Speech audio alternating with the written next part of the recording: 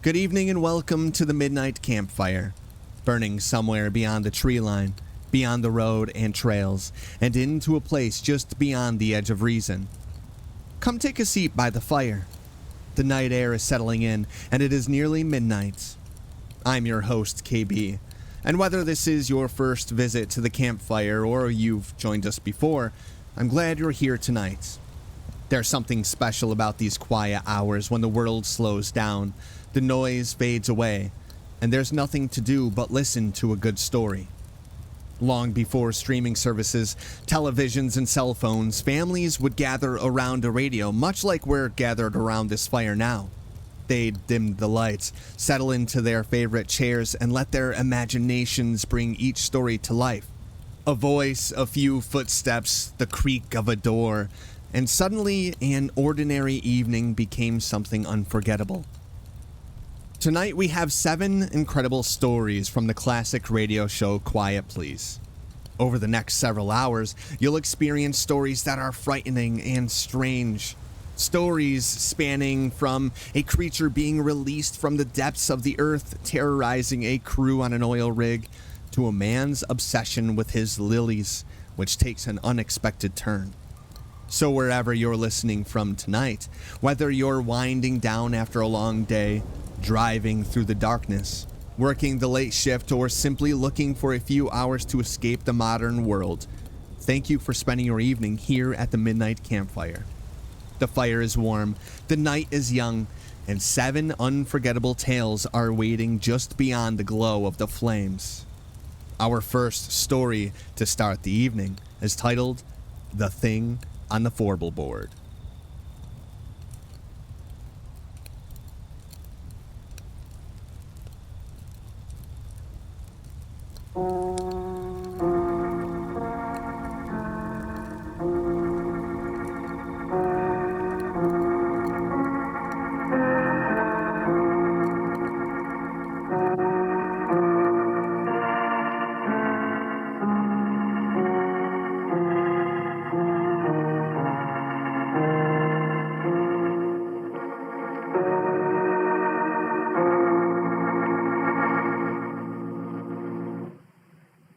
I'm a roughneck.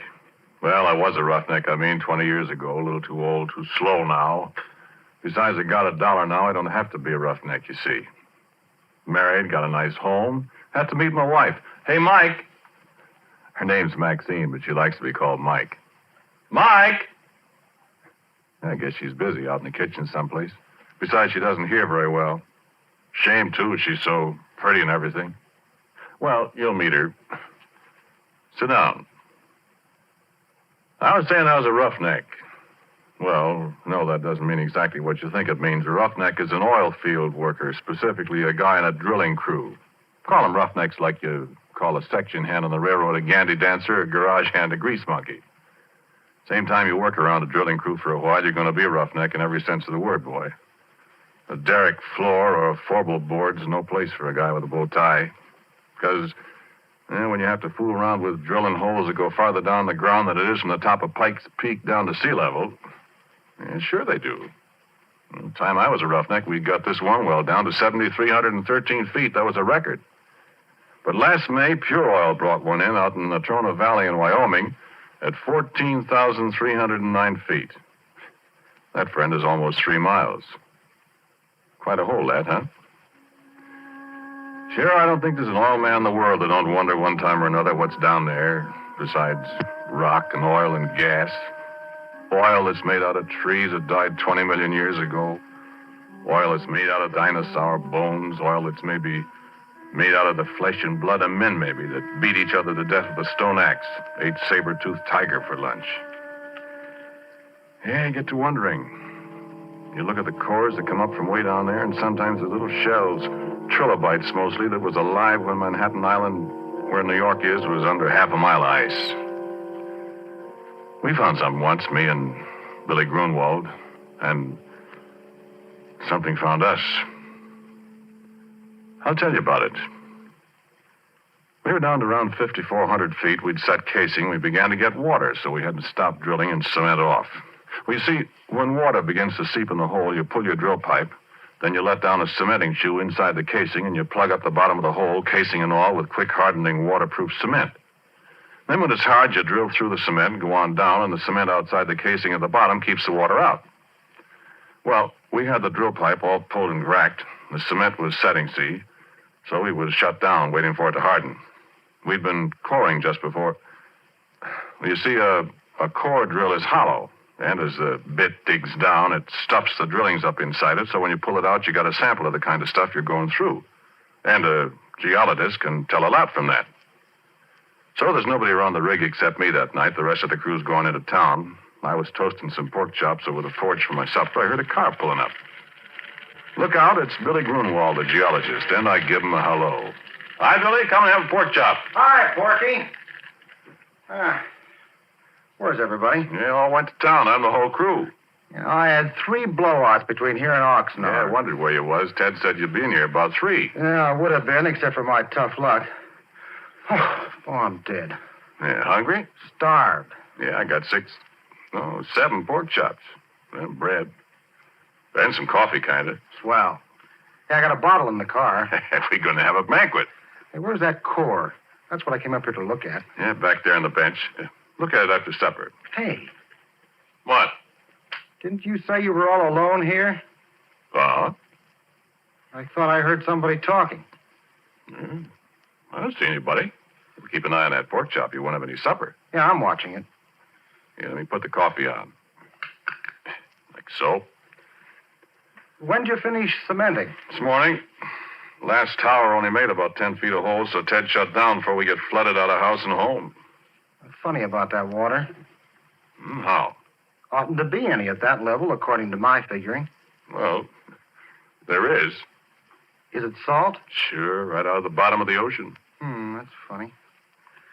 Well, maybe I'll be able to tell something from the core. Yeah, I hope so. Well, last core I looked at, I'd have sworn we were getting into shale. Ain't seen none yet from the cuttings. That's funny.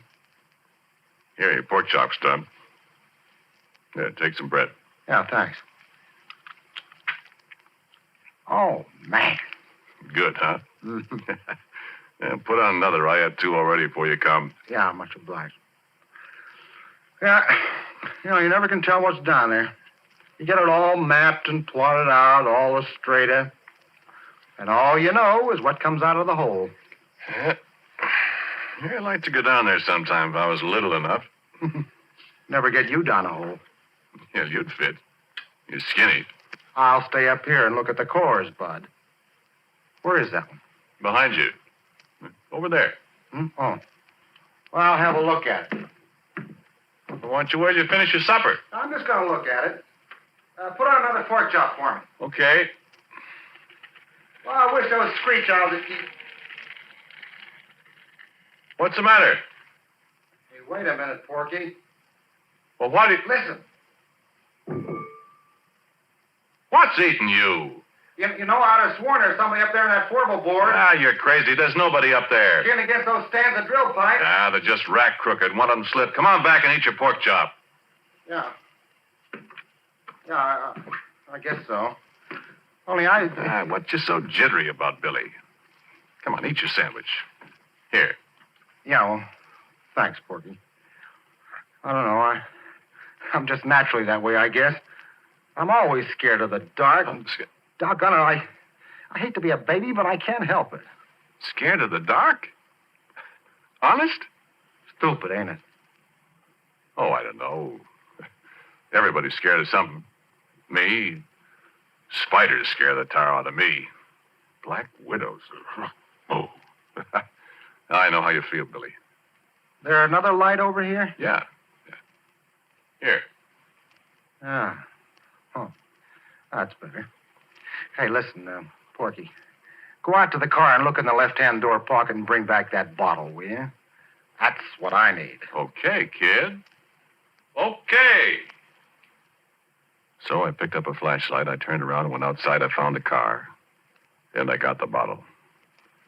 And the floor of the derrick was all lit up, and when I saw a beam of light suddenly flash up toward the forward board, and I laughed. Billy Grunwald and his ideas. Sure, I looked up. There wasn't a darn thing up there except the drill pipe racked against the fingerboard. Oh, this forble board. Well, you've seen oil derricks or pictures of them. Do you know that little platform that runs around the outside of the derrick about halfway up? Well, that's the forble board. Well, you see, a drill pipe comes in lengths, and you handle them with several lengths screwed together so as to save time getting them in and out of the hole. 2 lengths is a double, 3 is a triple, 4 is a forble. When you pull the pipe, you heist it up inside the derrick with a traveling block, which moves up and down from the crown block at the top of the derrick. Then when a forble pipe is pulled out, it's held in the rotary table. You break the joint with tongs, like a great big Stilton wrench, you see. Snub a cable that's fastened to the handle over the cathead on the drawworks, and that breaks the joint. Then you hold the tongs on the pipe, give the rotary table a few turns to unscrew it. You heist away with the traveling block and swing it over against the fingerboard, lean it against the derrick. The guy up on the forble board takes off the traveling block. You do it all over again till you got all the pipe out, you see? Well, there wasn't anybody up on the forble board except a screech owl, and it flew away. So Billy turned his light off, and I come on inside. And just as I come up the steps, he let out a yell. Yay! What's the matter? What's the matter, Billy? Hey, come here. Look here. Well, what's it? Look, Porky. Where did you find that? Now, listen, Porky, I give you my word. That was embedded in the core. Why, it couldn't be. I tell you it was. Look where I dug it out. Hey, you know what? That rock there comes from a mile underground. And it's been a mile underground for 1,000,000 years. And look at this. And I did look. And what he was holding was a gold ring. And it was all carved and filigreed just like jewelry. And there wasn't any kidding about it. It was real.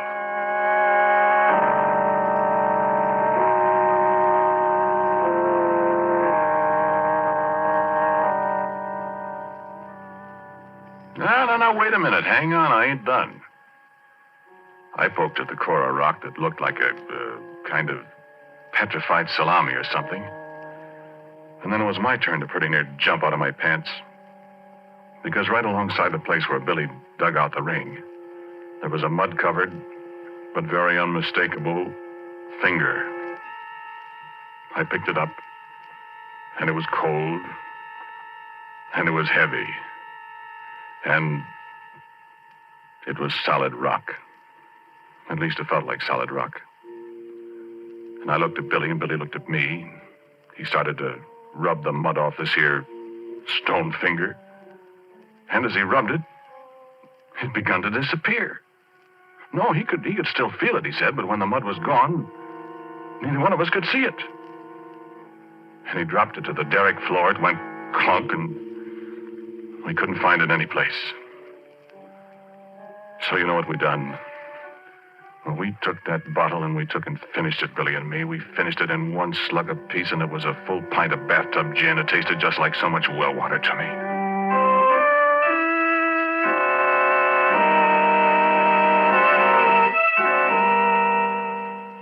And then we sat down on the derrick floor and we looked at each other. We didn't say a word. My eyes got heavier and heavier. The last thing I remember was I heard some kind of noise that seemed to be coming up from down the forble board 80 feet above us. I shut my eyes a minute. I guess I went to sleep.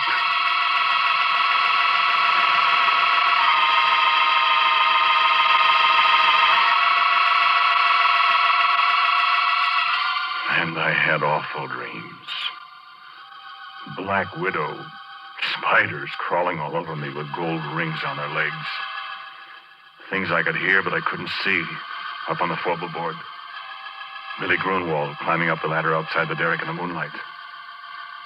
Faces looking at me, and I couldn't figure out who they were. Then I was waked up by a horrible scream. A crash alongside me that shook the whole derrick. I opened my eyes to see Billy Grunwald lying on the floor 2 feet away with a broken neck.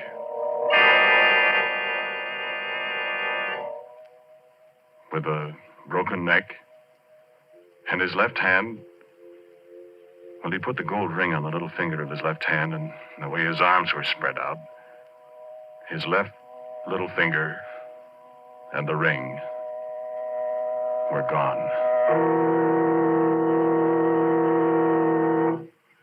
Well, friend, I got out of there. I run down to where Billy had left his car, and I got in. I stepped on the starter. And I couldn't get it to go, and then I remembered after I pretty near run down the battery that Billy had taken a key. I wasn't going up there and go through a dead man's clothes to get it. So I sat there in the car and shivered all by myself till daylight.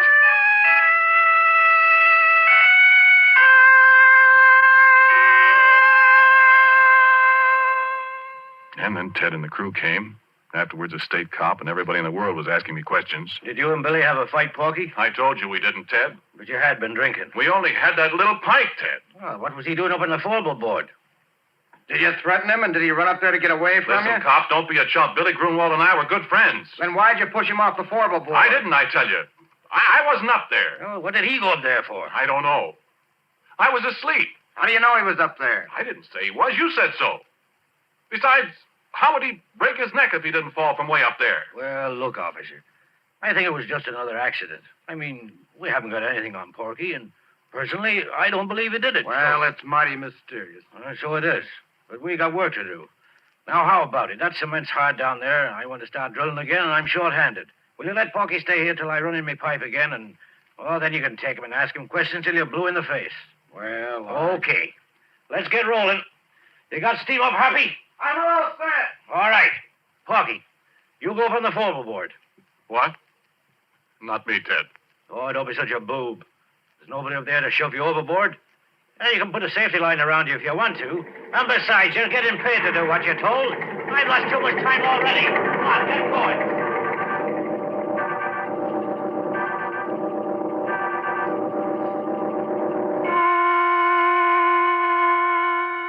So, okay, I go up on the four-ball board. And you can bet I took a good gander around before I did anything else. Now I couldn't see a thing. So I signaled to the driller to let down the traveling block, and he did. Came sailing down from up above. I was just reaching for it to pick up the first four-bullet drill pipe. Gave a big jerk, and the cable broke. It dropped and nearly pulled me off the four-ball board. And it landed right on top of Ted. And if you have any idea what a guy looks like after 2 tons of metal land on him from 80 feet up, yeah, you keep your ideas to yourself.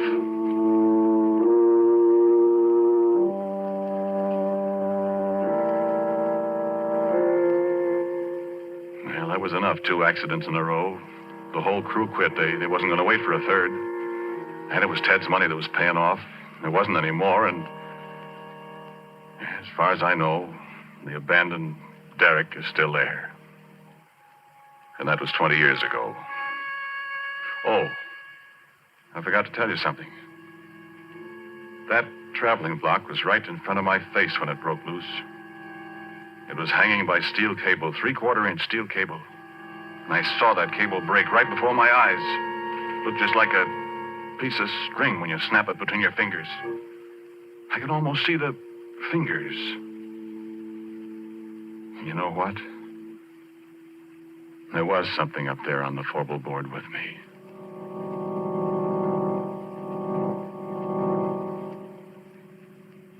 And so a couple of days later, I came back. I don't know if there's anything in the world as desolate, as dismal, as dead-looking as an abandoned oil well rig. There it stands like a skeleton off on a deserted side road and the bare yellow hills surrounding it, and it's the deadest thing you ever saw. I sat in my car for a long time looking at it. Everything was just the way we'd left it. I looked into the floor. The smashed traveling block was there alongside the rotary table. There was a little mutter of steam from the boiler. That was all. Then I heard a tinkle of something as it hit the ground alongside me. I looked around. There wasn't a soul in sight. But at my feet was the gold ring that Billy Grunwald and I had found in the core of rock that came from a mile underground and from 1,000,000 years ago in time.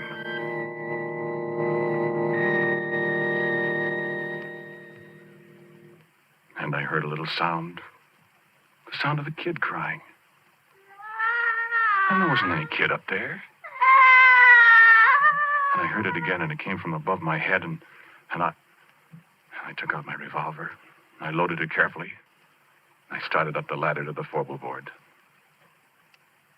No, there wasn't anything up there, nothing I could see. voice crying. The voice of a little kid. And then there was a movement behind the rack of drill pipes, and I saw the pipe move, and I yelled, "Come out of there, whoever you are! Come out or I'll start shooting!" And the stand of pipe shivered, and I thought, what can it be that can handle that heavy pipe like jack straws? And then there was a crash.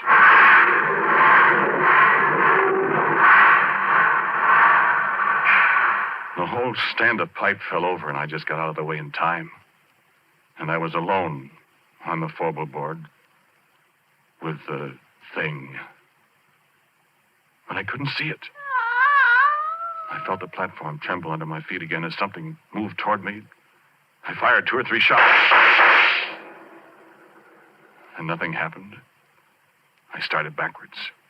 I knew it was following me because I could hear it meowing like a cat. My feet tripped over something. I saw it was a big can of red lead that somebody had left up there. Without thinking, I picked it up and I threw it at the sound, and it splashed.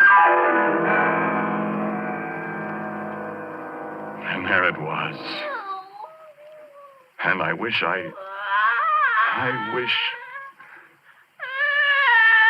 face of a little girl, frightened, crying with hunger and terror. Hands like a human being, and a finger missing from the left hand. And a body. Well, I'll tell you about that. I told you how I'm scared of spiders. But I knew where it came from. It had come from the bowels of the earth, come riding up on the drill pipe as we yanked it out of the well. Come to an alien world, and was lost. It stood there dripping with red paint, blood red from head to foot like some horrible dream. And it put its hand on my arm. Its hand was stone. Living, moving stone. And it looked into my eyes and mewed like a lost kitten.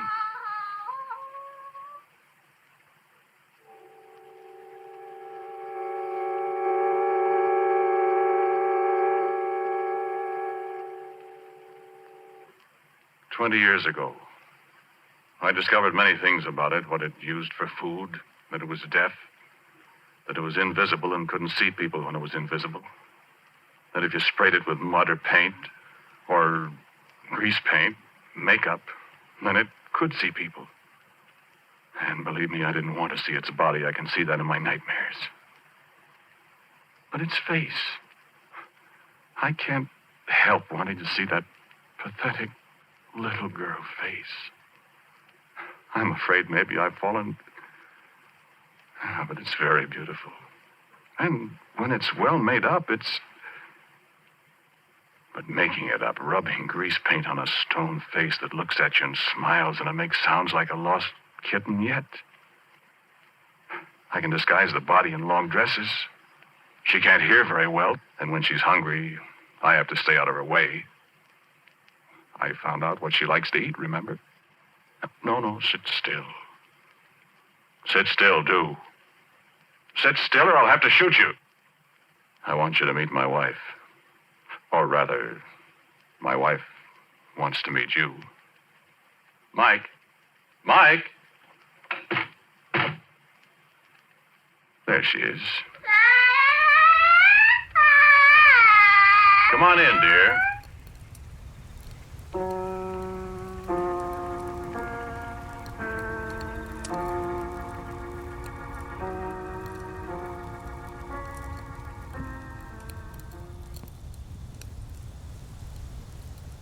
That was The Thing on the Forbleboard. The first time I listened to that story, the sound that the creature made and the image of her that my mind created gave me goosebumps. Up next is a story that asks a simple question. What if the most terrifying thing imaginable was nothing? Our next story is Nothing Behind the Door.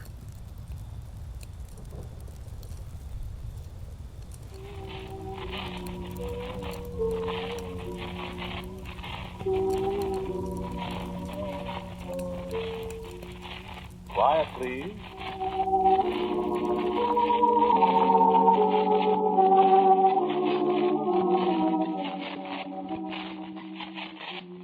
Quiet, please. About 5,800 feet above sea level. A little house, maybe 20 feet long, 15 feet wide. It's made of corrugated iron sheets with a high peaked roof. It sort of hangs over the edge of the mountaintop, with nothing but the spikes of pine trees stretching all the way down to Pasadena, better than a mile below you.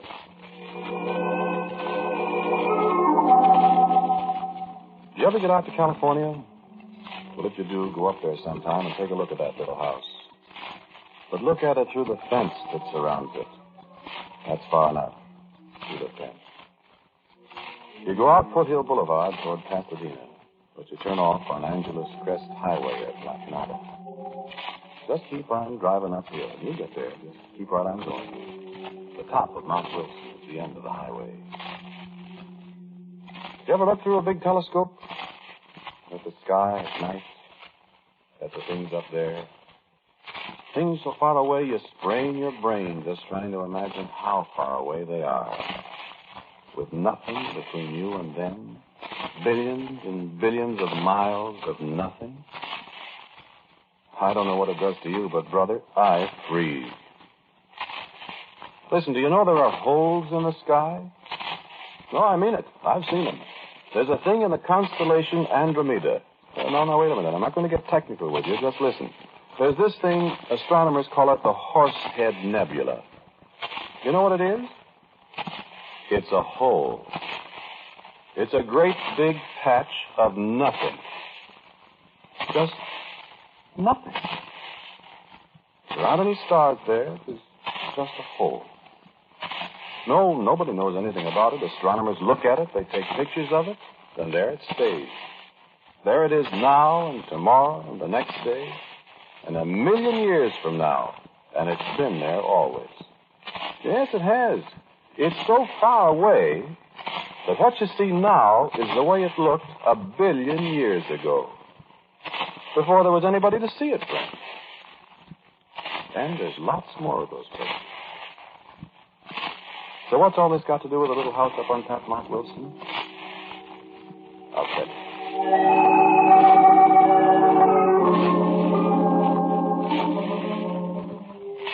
This was quite some time ago. I'd been living in California, see, for several years. I had a couple of bucks, had a nice little place near Venice. That was before the valley got to be so popular with movie people, radio comics, people like that. And it wasn't bad living alone, waking up in the middle of the night hearing the Southern Pacific lark whistle for a crossing out around Chatsworth, listening to a dog howling way out across the valley, going back to sleep. I don't get back to sleep so easy these days. Well, these people from Cleveland were out there, Aldo Minucci and Hugh Grant. We used to be great friends, Aldo and Hugh and I, so nothing would do but they'd come to stay with me. Well, it was all right. I had a Dodge convertible. The boys got quite a kick out of California. That's how we came to go up to Mount Wilson that day. Aldo and Hugh had been, looking around for odd places. They had some ideas. So one day we were having breakfast, and they were looking at an automobile club bulletin. Aldo said, let's go to Mount Wilson. So we did. I've been up there once before. You know how it is in California. I knew everything. Well, I thought I knew everything. I found out different. We were inside the big dome where the 100-inch telescope is. It's like being inside a giant's watch. The telescope is in the middle, a big spidery framework with ladders climbing all over it up under this dome. The tourists stand on the kind of a catwalk around the edge while the astronomer explains as much as he thinks the apple knockers will understand. There was just a few of us that day standing close to a little kind of pulpit, listening with our mouths open. Yeah, it is like a pulpit. I got to thinking that day how the astronomer looked like a priest up there. A nice old white-haired fellow, like a priest. And I was thinking he was talking about the heavens, too. I'd seen it all before, but my mouth was as wide open as Hugh's and Aldo's. And the Earth is moving through space, too. It moves around the sun at the rate of about 18.5 miles per second. So therefore, you see, we must, in order to keep this telescope focused accurately on the celestial objects we are observing, neutralize those motors mechanically. The telescope itself, as you will observe, is controllable in any direction by this motor. Watch it at the clear. Notice the motion of the telescope. And the final movement, the rotation of the entire dome, exactly synchronized with the speed of the Earth through space. Watch through the shutters above your head.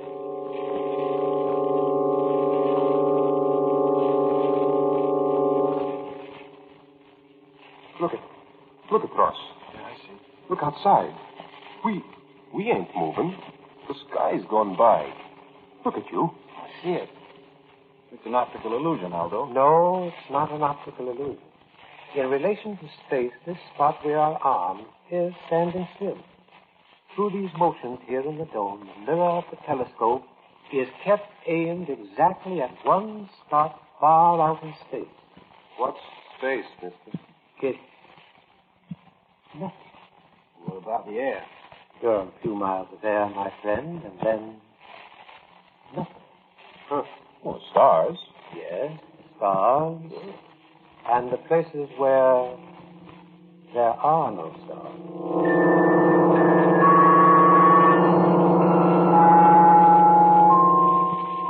My skin twitched a little when he said that. The places where there are no stars. Did yours? Well, the show was over. We went outside into the sunlight. We walked across the long wooden bridge. There's a deep gully in front of the dome. And down a little path past the thing they call a coelostat. A small dome on legs about 100 feet high. Thing they study the sun and sunspots and things like that with. It was quiet up there along toward the middle of the afternoon. There was a chill in the air. We were just talking. It's an odd place, and you get kind of impressed. The people impress you. The astronomers. They live up there all by themselves. They look at the sky. They see things. You always get the feeling they know a lot more than they're telling. Like doctors. Like priests, I guess. I said that, didn't I? Well, that's what they're like. The path leads through the woods. Biggest live oaks you ever saw. Leads through the woods over to the old hotel. So I said, hey, how about a beer before we start down, huh? A beer? That's for me. Can you get hard liquor up here, Ross? No, I don't think so. Anyway, I wouldn't want to drink, not with all that mountain road ahead of me. No, sir. Don't take no drink, Ross. I don't want to ride that road with nobody's had a drink of liquor. Maybe you shouldn't have a beer, even. Oh, no, wait a minute. Beer won't hurt me. Hey, what's this fence for? Huh? Oh, I never noticed that before. That's quite a fence. I have a hard time getting over that. What would you want to get over it for? I don't know. What do you suppose is on the other side where they got this heavy fence? I don't see anything. Except that little house out there on stilts. Yeah, funny-looking place. Fence goes right around it. Ain't got a gate? Oh, come on. Let's get a beer. No, I want to look at this, Ross. Probably they got something valuable in there. Sure, scientific instruments or something. This place is all full of that stuff. Hey, look. Sign. Huh? Where? Here.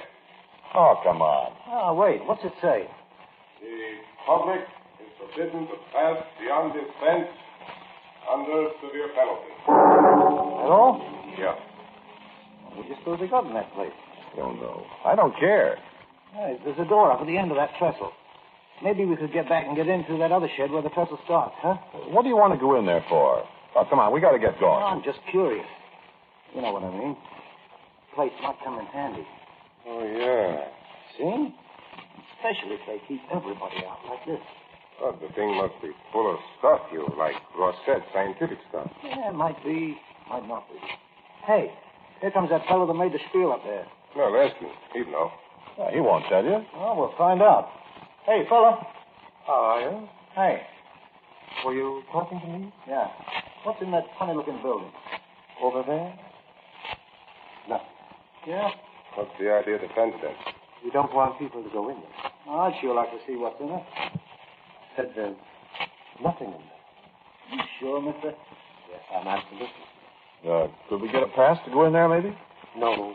You saw the sign, didn't you? Yeah, it said something about the penalty of the law. You didn't read it very carefully. He didn't read it. I did. Read it again. Wait. The public forbidden to pass beyond this fence under severe penalty. See? I see what he means. He didn't say anything about the law. Ah, that's right. Well, then, there are other penalties. Ah.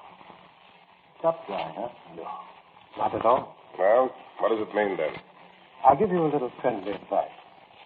I wouldn't try to find out if I were you. Oh, is that so? Yes. Do you really know what's in there, mister? Yes. What? Nothing. Okay, lads. Let's go get that beer.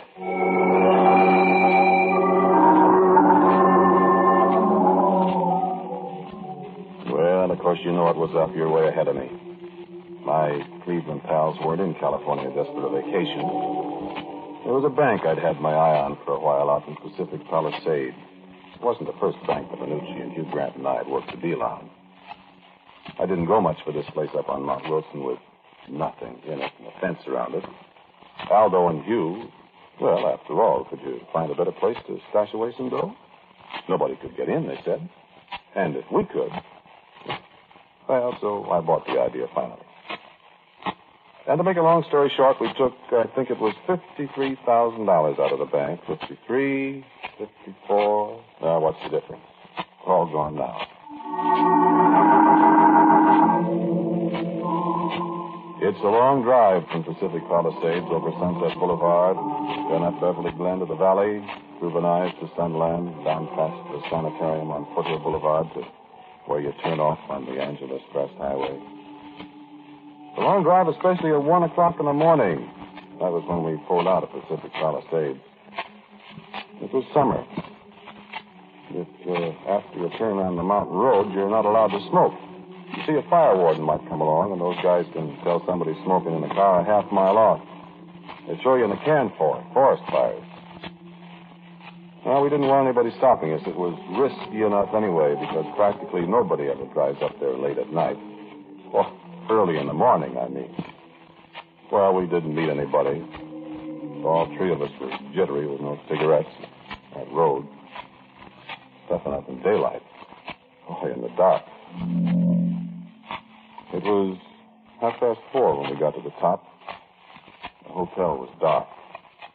Cabins were dark. What the sky? It was just like solid with stars. Why you could put in and reach up and touch it. I remember the old guy on the 100-inch dome. Nothing between us and the stars. And down below, well, if you've ever been up there at night, you know what I mean. Just like looking down at the stars. The lights are 17, 18, 19 pounds. Pasadena, Los Angeles, Hollywood, Venice, San Fernando, Culver City, Santa Monica. It makes my hair stand on end when I think of it. And I haven't seen it for, never mind how many years. Well, we stumbled through the pitch dark. We got off the path 3 times, nearly fell downhill. And, brother, that'd be a fall. We still couldn't risk a cigarette. It was dark. Hugh Grant was in front, then me, then Aldo. We each had briefcases. Hugh had a pair of those big spring wire cutters that'll go through a steel cable. All of a sudden, he bumped into the fence. Ouch. What's the matter? The fence. Hey, where are you? Stand still, will you? Dark. Shut up. Listen for a minute. Hear anything? No. No? See anything? No? Look, What? the dome over there. You see somebody? No. Them 2 big windows up there. With that big round dome looks like somebody watching us. Sure does. No, cut it out. I'm going to try the fence with a cutter. Want the flashlight? Jump. No. I wish we... What? Forget it. I just don't like that place. I Get out of the way. Want some help, you? Just keep out of the way. Wait. Hear anything? Well, that wire made enough noise to... All right. I'll try another strand. See if you can slide under there, one of you. Me. No, can't make it yet. I'll try another. Look out for your arm there. Now try. Wait till I take off my coat. All right, now, let's see. How about it? He's through. All right. Go ahead. Me? You. All right. Cut another strand, Hugh. Make it now. Yes, sir. Yeah. Where are you, Aldo? Right here. Come on, Joe. Hey, slide the briefcases through first. Coming up. Got him. Got it. Here I come. All set? All set. I'm all set. I'm as all set as I ever will be, I figure. I don't like any part of this place. I don't like the dark. I don't like the stars up above us. I don't like the lights down below. I don't like the silence. I don't like climbing around the top of a mountain with nothing under me but thin air for a mile or more. All I can hear is Hugh and Aldo in front of me cracking through the weeds, cursing when one of them whacks a shin against a sharp rock. And all I can see is two black shapes in front of me. The blacker shape, that's the building, the little house with nothing in it. Aldo and Hugh are panting. 6,800 feet, you know. Your breath is pretty short. It's tough going, especially when you're dragging a briefcase full of money, too. You're scared and sweating and tired. And then all of a sudden, we're under the building, alongside one of the struts that hold up the little trestle. Loose me up, Aldo. Aldo boosts him up. He was a little guy. He's spry. A lot sprier than I am up there a mile in the air, and I guess he's not as scared as I am. So I look up, and he's sprawling on the trestle with 9 million stars behind him, reaching down to me. Grab my hand, Ross. I scrambled up. I never know how I made it either. Here we are, and in a second, Aldo's up there with us. Now, keep quiet a minute and rest. I'm knocked out. Yeah. You hear anything, Joe? Just the wind. Ross. No, I thought I heard something. Guess it's just the wind. Listen. It's the wind. Well? So we stood up. So Hugh walked the rest of the way down the little trestle. We followed him, stumbling over the planks, and there was the door. We rattled the bar on it. It was padlocked. So Hugh took the big cutters and he wrenched away at the bar. We shivered there in the cold, waiting to see if anybody heard us. There wasn't a sound. So Hugh tried again. And the bar fell off. We kept still for another minute. And then... Open the door.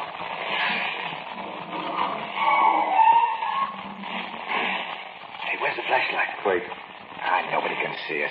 Put your fingers over it and turn it in there. Okay. I don't see anything. Well, the guy said there was nothing in there. Can't see a thing. Open up the light a little more. I got it open. It's all black in there. There's something the matter with the light. Oh, there ain't. Look. Turn that light off me. Well, look now when I shine it inside. Nothing. Well, there's got to be something in there. Nothing, the man said. Can't even see the floor. Well, I'll find out if there's anything in there. No, don't go in. Can't tell what's liable to be. Well, look out. I'll toss the briefcase in. No. Throw the wire cutters in. Oh, where are they? Here. For the love of Mike, look out, will you? Keep still. You'll wake up the dead. Well, nobody heard us, I guess. We're shot with luck tonight, no kidding. I'll give you them cutters. Here. Shine the light in there. Sure can't see anything, can you? Throw 'em in. Get out of the doorway. Keep the light in there. Go ahead. Throw 'em against the far wall. All right. Look out. Where'd they go? Tossed them hard enough to bounce Move the light around. I can't see a thing. I can't either. There ought to be. The light just kind of seems to... Oh, cut it out. There's probably some kind of stuff on the floor. Powdered. Maybe they fell into it. Here, stand to one side, Ross. What are you going to do? I'm going in to look around. You got a gun, Aldo? Just this little 32. All right, come on. Ross, you stay here and watch and listen. I wouldn't go in there, Hugh. Nobody asked you to. I'm going. Come on, Aldo. Now, listen, you. You've got the screaming meanies, too. Now, come on with that gun. There's nothing in there. Look, Hugh. Come on, let's get out of here. Oh, shut up. Yeah. Might as well take the dough, too. We can stick it in there. Well, go ahead, Aldo, with the light. You go first. All right. Now stand there and keep your ears. Hey, Hugh. Where are you? Can't see him. Listen, Aldo, don't go in there. I got to. Hey, Hugh.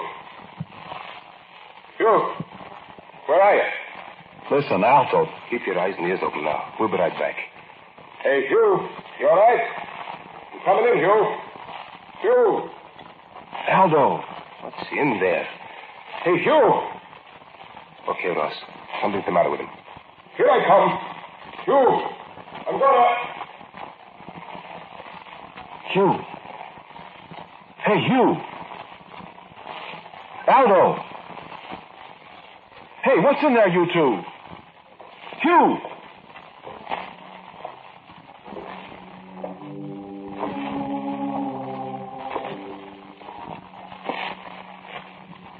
I can see you. You can stand up now. They won't come out, I assure you.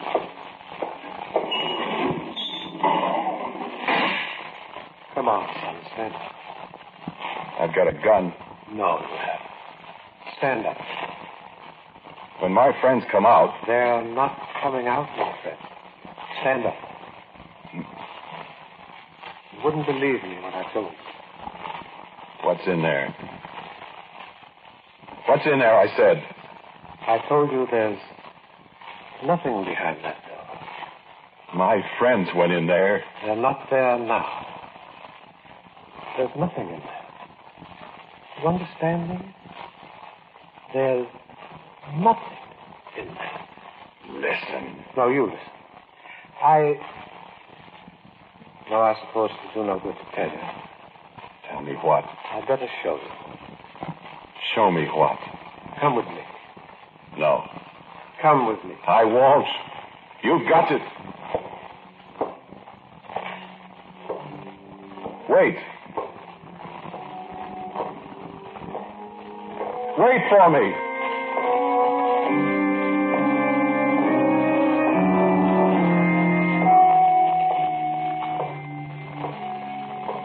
Across the little trestle, away from the door, he closed on my friends. Through another door. Into a long shed in the dark. And I was glad I couldn't see the stars. Out another door at the end of the shed. Down the path past the staff, reaching up into the sky, shining in the starlight, looking like one of those visitors from Mars you heard about on the radio. Across the little wooden bridge with the two eyes of the 100-inch dome staring down at me in a cold wind coming up the other side of the mountain. Up the ramp, into the dome itself.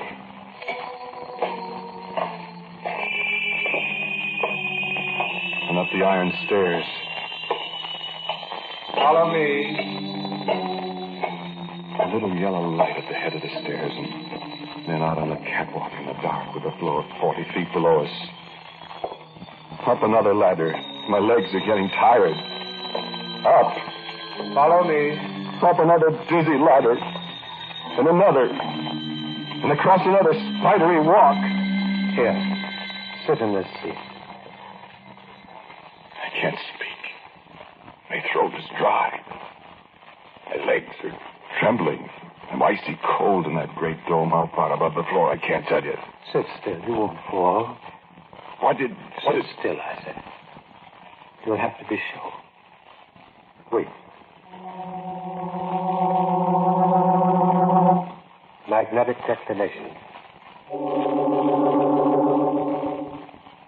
can look now. Look. At what? Look through the telescope. No. Look, son.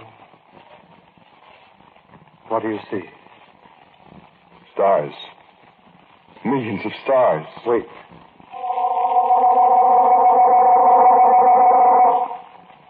Look again. What do you see? Nothing. Nothing. What?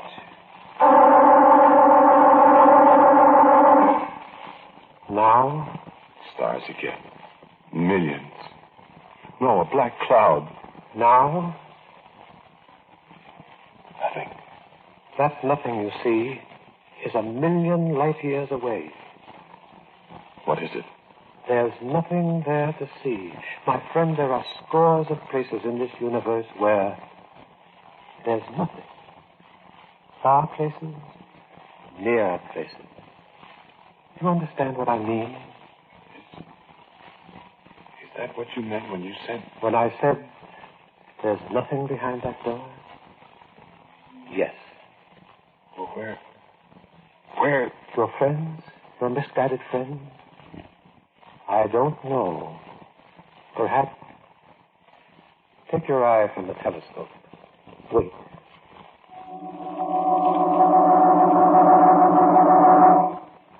Look now, if you dare. Well, what? Look.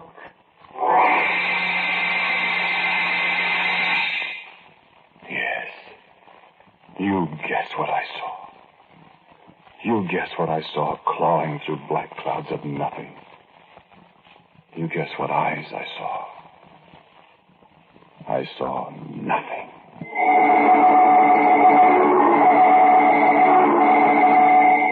Yes, the little house is still there on Mount Wilson. You can go look at it if you want to.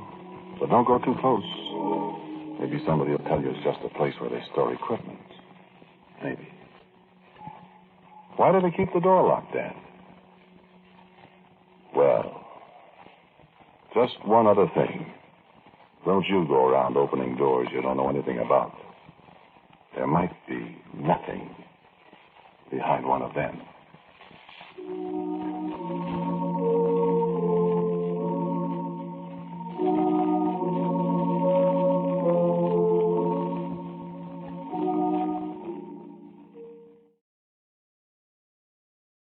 Our next tale takes us to an old cellar crumbling and decayed where people are too afraid to go because of the ghost of a six-fingered man.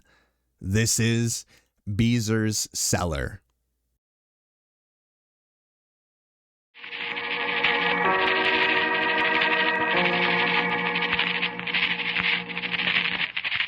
I looked at Marlena. Marlena looked at me when we heard this old guy talking about Beezer's Cellar.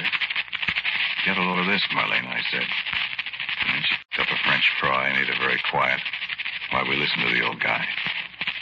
He was sounding off to another old guy, and the other old guy couldn't get a word in edgeways. So this here Beezer, they always called him Six-Fingered Beezer, see, on account of he had 6 fingers on each hand.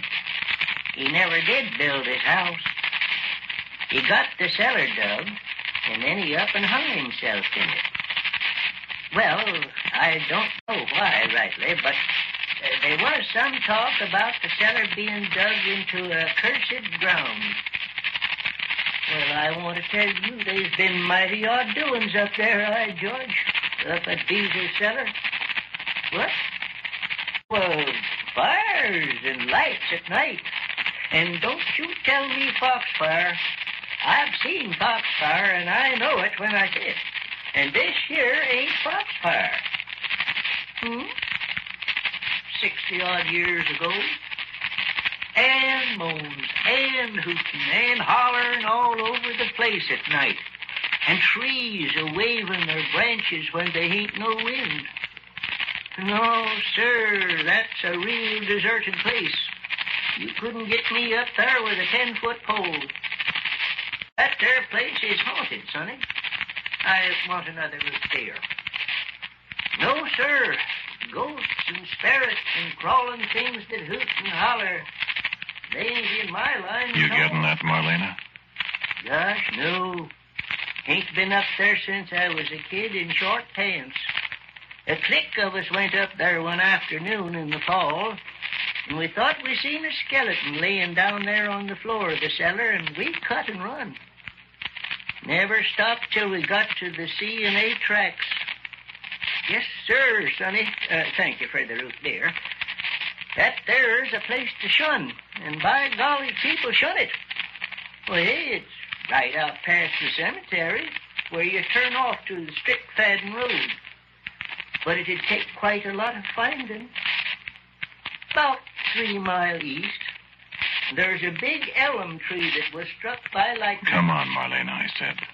We sort of drifted out of the place. The car was parked up under a big tree by the side of the road. Pete was sitting there with a P-38 pistol he brought back from the war, with his feet on the suitcase with the $82,000. We stopped to count it on a side street in Wilmington on the way down from Chicago. We watched the state cops go on past us down 66. Then we switched the license plates and jogged on after him. Pete wasn't taking any chances. He had the snoot of that P-38 in our faces the minute we walked up. You ought to make some kind of noise or something. Mind, I'll let you have it. Put the gun away from it and move over. Get in, Marlena. Did you bring me a sandwich? Barbecued pork, all right? I could eat it raw. What's cooking? Stanley's got an idea. What now? You scared of ghosts, Pete? I ain't scared of anything. Well, that's good. What's this about ghosts? We might run into a couple of them. Where we're going? An old man with 6 fingers on each hand. Oh, a cop? He hanged himself 60 years ago. What is all this double talk? Quit hollering and eat your sandwich. Listen, what are you figuring on? I found a place to leave the bag with the money for a while, while things cool off. Leave the bag? What'd you think I was going to do? In that cellar? What cellar? Stanley, are you crazy? Listen, how'd you like to let me in on this, huh? Listen, this is a haunted Pete. cellar, see? The old man says nobody ever goes there. They're scared to go there. So am I. Oh, can up, Marlena. There ain't anything to be scared of. Only ghosts. Well, you can always go riding around the countryside if you want, asking some hick cop to take us. It's always the way with you amateurs. I'm no amateur. I shot the guys, didn't I? Who told you to shoot? Who told you which ones to shoot? Well, what are you beefing about? I didn't say anything. Well, I wished I'd never got into this. For a nice chunk of $82,000, you wish that. Well, but do we have to do it this way, Stanley? You think of a better way? Where is this place? 2 miles from here. What are we waiting for? That's my boy. Oh, we won't have to stay around there long, will we, Stanley? Why, listen, baby, you think I'd go there at all if I didn't have a hot suitcase to take care of? Leave right away. I will. We all will. Whether old Six Finger shows up to scare us or not. Don't, Stanley. Which way, Stan? Well, the old fellow said something about a road. Strickfaden Road. Well, don't look now, but the reason I was asking is there's a motorcycle coming down the road back there. Where? I was just kind of interested in our next move. Not that I haven't got ideas of my own. Now, put that gun away. I was only going to ask him a question. But Pete didn't have to ask him a question. Marlena stepped out of the car, and she walked right up to the man in the blue suit, and she said, "How do I get to Strickfaden Road, officer?" Now, the officer told her, just as polite as the head waiter. He'd have been awful surprised if he'd known what was pointing at him while he was being so nice to the cute little redhead. What you don't know won't hurt him, I always say. And we relaxed. Well, so we found the road all right. We drove along slow, little old Model A Ford with Indiana license plates. And we were pretty quiet. I don't know what Pete was thinking about in Marlena, but I know what I was thinking about. Trees hanging low over the road. Trees that moved their branches when there wasn't any wind. And lights in the night that wasn't foxfire. Whatever foxfire is. And pretty soon there was a great big old elm tree alongside the road, and it looked as if it had been struck by lightning. So we stopped. Then there wasn't any trees waving their branches or any funny noises. But we found Beezer's cellar. I wish we hadn't.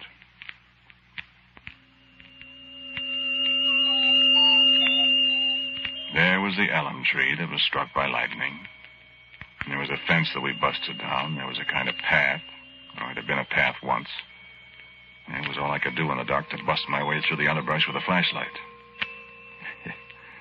And Marlena and Pete waiting in the car ready to go into a smooching act if an inquisitive cop pulled up. Smooching. With a Heine pistol aimed under his arm over the side of the car. It was a lot easier getting the $82,000 than it was crawling through the bushes looking for Beezer's cellar. I pretty near fell into it. It didn't smell very good. There was water in spots in the bottom. And it looked haunted enough. Kind of felt my back hair coming up, but I said, yeah, well, it's better than one of these little iron rooms they got down in Stateville. And I went back after Pete and Marlena. We ran the car off the road, hoping nobody would see it. We lugged the suitcase back through the underbrush. I jumped down. Pete and Marlena climbed down after me. Good deal, huh? Looks haunted, all right. I don't like this, Stanley. Well, let's stash the bag and get out of here. How are you going to do it? We'll dig a hole, jerk, and bury it. What with? Well, didn't you... Oh, Ferd. Oh, wait a minute, Stanley. I see something over there against the wall. Flash the light. I thought I saw it when I climbed down. Huh. A shovel. Ain't that convenient? Maybe the ghosts left it here. Cut that out. Scare you, kid? Well, cut it out. Yeah, thanks, Marlena. Hold the light, Pete. No, turn it out quick. There's a car coming. Okay. To make so much noise? You want to dig? I'll hold the light. Wait. What's the matter? Shut up. I thought I heard somebody. Go on, dig. Pick up the bricks. Okay. Let me hold the light and you can both dig. We'll get out of here quicker. Okay. Boom. Don't do that, Stanley. Nobody gonna hurt you, kid. No, but... Here, come back with that light. Come on, let's stop kidding around. I'm going to sit down. You'll get all wet. No, Les, I know it's bust a chair here. Oh, for the love of... All right, all right. There. Yeah, now let's go. Now what's the matter? Stanley, you didn't sit in this chair, did you? You kidding? Pete? What's the matter? Somebody's been sitting in it. The seat's still warm. And she dropped the flashlight. And it rolled down into the hole we've been digging. The light went bouncing down and down and down and down. Hundreds of feet we could watch it. Twisting and turning and lighting up the sides of a deep, smooth shaft that seemed to have no bottom at all. And there we were in the dark down in Beezer's cellar. The darkness pushing down on us. There was a sound somewhere, way far off, that seemed to come up to us from the bottomless pit we had opened. And I swore. I lit a match. Pete and Marlena were leaning over the edge of the hole. Marlena jumped back and she started screaming. And she wouldn't stop till I slapped her face a couple of times. I said, cut it out. Do you want all the cops in the state to come running? She grabbed me by the arm. She was yammering like a baby. I saw it. It was looking right at me. I saw its eyes. She passed out cold. Only the quick grab that Pete made kept her from falling right down the hole. Well, Pete and I slapped some of the dirty water in her face. Pretty soon she sat up. She started to cry. And it started to rain. Look, Pete said. Look, I don't go for this, Stanley. Scared of ghosts. Oh, nuts. There's no ghost, but I think we can find a better place to bury our dough than Mr. Beezer's cellar. Let's get out of here, please. Let's get out of here. Cut it out, Marlene. No, let's get out of here. I tell you, I know. You saw a reflection of the match down this old well. Well, sure, that's what it is. It's a well. Some of these old houses had a well right in the cellar. I remember it from when I was a kid. And we busted into the well. I saw eyes looking at me. Cut it out. You didn't either. We'd have been in a swell fix if we dropped the suitcase down the well. Yeah, I'll say we would. Yeah, let's dig another hole. Shut up, Marlena. Let's get out of this. I'm getting soaked. Yes, let's get out of here, Stanley. Go on, you two, if you want. I'm going to get this suitcase planted. Come on, Pete. Yeah. Hurry up, Stanley. I'll hurry. Wish you hadn't dropped that light. Please, I'm scared. All right. Cut it out. Hurry. Don't make so much noise. I'll boost you up first. I cannot get up here, Pete. This isn't a place. Wait, I'll light a match. Oh, on the other side, I guess. What's the matter? I can't find the place where we climbed down. Over this way. This side. Oh, that way. Pete, Yeah? what's the matter? Wait. Say, you know something, Stanley? Huh? Know what? Something's happened. What are you whispering about? Listen, Stanley, I've been all around the walls of this place, and that busted place in the walls where we came down ain't there anymore. What are you? Well, I'm telling you, Stanley. Light a match and look for yourself. And I struck a match. And I shielded it carefully in my hands. And I looked around the walls of Beezer's cellar in the drizzling rain. And you know what? There wasn't any way out of that place that I could see. The walls, all four of them, was as smooth as glass. And from way, way down deep in the earth, I could just see a little bitty gleam from that flashlight. I thought to myself, I see what Marlena meant. It does look like eyes now, don't it? Down at the bottom of a musty old cellar in the middle of the night, and a hole in the floor that goes down, I haven't got any idea how far. And rain, and a hysterical woman, and a suitcase with $82,000. And no way to get out of the place. Great, huh?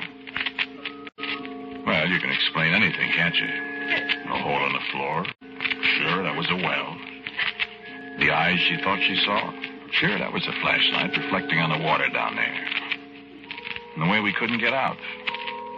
Well, maybe the wall wasn't as busted down as I thought it was when we got into the place.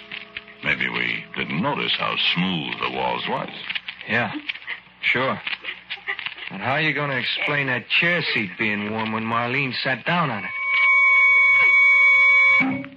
Yeah, that's right, Pete. I didn't want to come here in the first place. That old guy scared the life out of There's me. no such thing as ghosts. You pick a swell time to make a statement like that, boy. Well, there ain't. Maybe there is no ghost. But there are other things. Like what? I don't know. Like things that come up out of the Oh, ground. cut it out. Well, Give me a cigarette, Pete. You're going to sit here all night in the rain? What'll I do? Fly out of here or something? Give me a match. Wait, I'll spit for you. Here. let's get out of here. Wait till morning. We'll find a way out then. I wonder if we could reach the top of the wall if we stood on that chair. I don't know. You wouldn't get me to touch that chair for $1 million. It was warm. Ah, that don't signify nothing. As to me. What about the suitcase? What? What'd you do with it? I'm sitting on it. Is it warm? Hot as a pistol. Oh, cut it out. Cut it out. Well, I'm scared. Look, babe, I don't like this any too well either. Just sit close to me, please. I'm cold. Now move over this way. Well, don't worry, kids.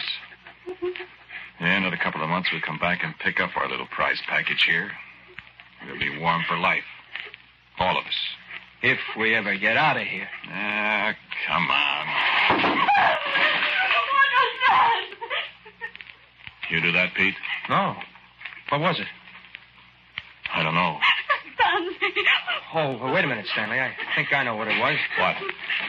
Wait. Stan? What? Come here. Careful now. In the damp darkness, I moved toward the sound of Pete's voice. He stuck my hand and put it on the edge of the hole I dug. See? What? A couple of bricks fell in the hole. Oh. Marlena, get back from the edge. What is this? Move back, honey. Oh, Stanley. Light a match, Stanley. You got him. You light one. All right, stand back a little. And in the light from the match before it fizzled out in the rain, I saw what had made the sound. 2 or 3 bricks had got loosened at the edge of the hole I dug. Had fallen in. And as I looked before the match went out, 2 more sagged and fell downward into that bottomless pit. Get back, Marlena, I yelled. Pete lit another match. Look out! The crack yawned open, and with a crash, 6 more bricks tumbled into the hole. Below us, I could see the feeble glow of the flashlight way down there. Seemed to me the things crawled far, far below us in that horrible pit. Pete and I dragged Marlena away to the wall. There was a rumble, and the mouth of the pit grew bigger. Seemed that the glow from down there was growing stronger. We sat there, huddled against the slippery walls, frozen cold with terror. Another section of the floor fell in. The whole floor's going. Come on, we gotta get out. Marlena sobbing and Pete and I scrambling at the slippery walls. There wasn't a chance. Then the rumbling stopped for a second. We flattened ourselves against the bricks. In the light that came up from down there, I could see Pete's staring eyes and the tears of fright shining on Marlena's cheeks. I said, we gotta get out of here. Stanley. Help me up the wall, Stanley. Take no use to try, boys. You can't get out. And I looked up. And there, sitting comfortably on the edge of the cellar wall, grinning at us in the light that flowed up from the pit in the cellar floor, was the old man Marlena and I had heard at the roadside restaurant. The old man had told a lurid story about Beezer's cellar. Ain't no use to try. You're stuck. Oh, help. Don't hoot and holler, lady. Look, old man, give us a hand, will you? I heard tell of a fella long time ago that got down into this here cellar. Just like you done. Well, give us a hand. The floor's going. I know. The floor fell in with him, too. Well, help us. He killed a feller down towards Manitou. And he come and hid here in the cellar. Give us a hand out of here. And the same thing happened to him. Never did find his body. More floor falling in, hey? Come on, give us a hand up out of here. Help us. Know what's down there? Fire and destruction. Listen, old man. Tut, boy. You know you hadn't ought to shot that poor feller at the bank up there in Chicago. Murder's bad. Listen, we got a lot of money down here with us. I know it. You're criminals. We'll split it with you. Don't want no part of stolen money, bub. Ain't much more left, is there? They'll never find your body. Now, listen, you old Now, bum. don't call names, Pete, bub. put that pistol down. That won't do you no good, son. Too bad. Listen, mister, for the... look, there's a woman down here. Yeah. Criminal? Like you two boys. But look. Look out, Marlena. Oh, Stanley. There's any place left to stand. Here, Marlene. Here. Kind of figured you was listening to me back there at Saltweddle's stand. Kind of figured you'd come a-kiting out here to the cellar. Mister, listen to reason. Please just reach down and give us a hand. Kind of figured I'd come along and watch and see what'd happen to you. Mighty interesting. Oh, if I could get my hands on you. Can't.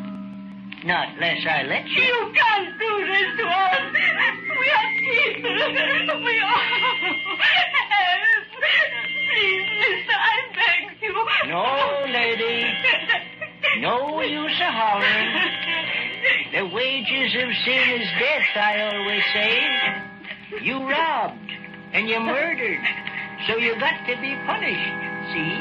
You can't sit there and watch us die. Another hunk of the floor's going. You better move over to one side. I'm gonna get that old... Put down your pistol, Sonny. Now get him. I told you tain't no use. Please, don't. Get him. Get him. Listen, Sheriff, I ain't no sheriff. I'm just a feller interested in seeing justice done. I recognized you back there at the restaurant. And I thought to myself, well, I'll just toll these people here over to the cellar. And we leave things take their course. look out, Marlena. Haven't you any pity, man? Not much. Not much for thieves and murderers. He's crazy, Stanley. There's an insane asylum across the river there someplace. He's escaped from there. No, son. I ain't insane. Listen. What would you give to get out of there? You can have half the money. Ain't much time for bargaining. Give it all to him, Stanley. That's better. You ought to be willing to give up all the money to save your life. Oh, yes. If I was in a fix like that, I'd give anything I got. Well, we won't. Yes, we will. Floor getting hot down there? Mighty interesting. Well? All right, you can have all the money. Help us out. Oh, no, you don't, Stanley. Hand it up. Stanley, how do we know he'll help us? Wait, don't give it to him. Take it. Oh, no. And Pete leaped at the suitcase I was handing up to the old man. His fingers just touched the edge of the bag when another section of floor gave way right under him. He fell down and down and down and down, twisting and turning into the fire that kept coming higher and higher up the shaft, reaching for us. And the old man took the bag and set it down on the edge of the cellar. See? That might have been you, fella. Or you, lady. Help us out of here. It's good riddance. He was the one that shot the fellas at the bank up in Chicago. Good riddance, I always say. Are you going to help? Sure. Right in the nick of time. Here. Grab a hold of my hand, lady. I'm afraid. You come, lady. Post her, mister. Oh. There you are. Just as right as rain. All right. Now, you.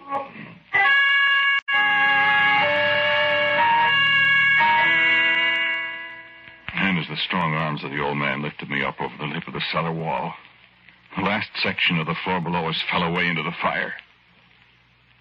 And just as if a play or something was over, the flames died down. First they were yellow, then purple, and then they just went out. Marlena grabbed my arm. Where did he go, Stanley? Where did he go? I don't... Hey, old man! Hey! Stanley. Come on, let's get out of here. Oh! What's this? Oh. Marlena. What? He didn't take the money. It's right here.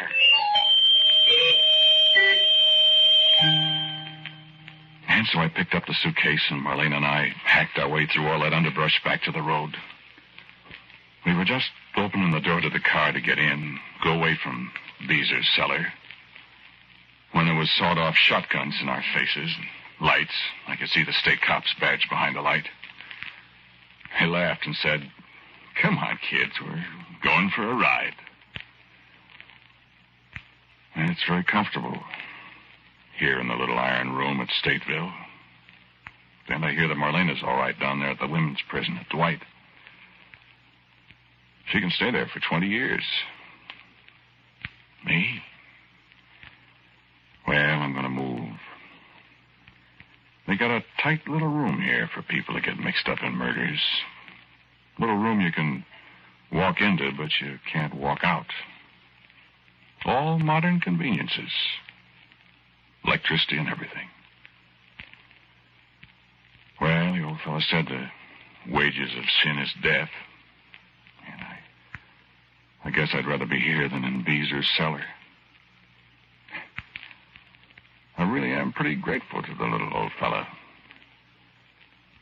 The little old fella with the 6 fingers on the hand that pulled me out.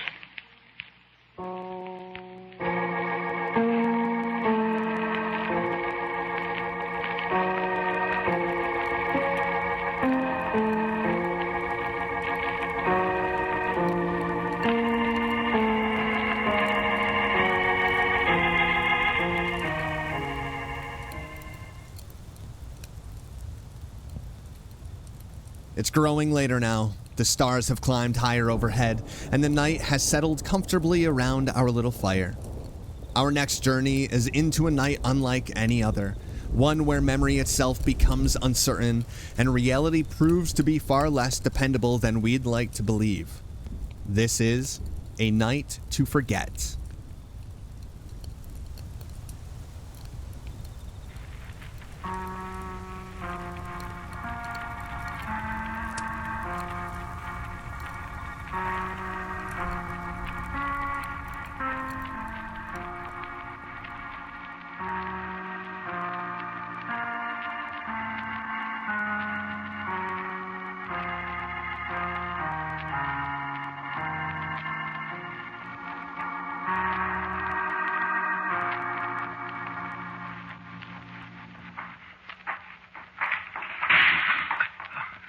Excuse me. It's dark in here. I can't find the doggone lights. Where's the lights? There aren't any lights, John H. Who's that? It's me. What'd you say about the lights? I said there aren't any lights. There's got to be. Not in here, John H. Well, isn't this Studio 15? You kidding? This is the morgue.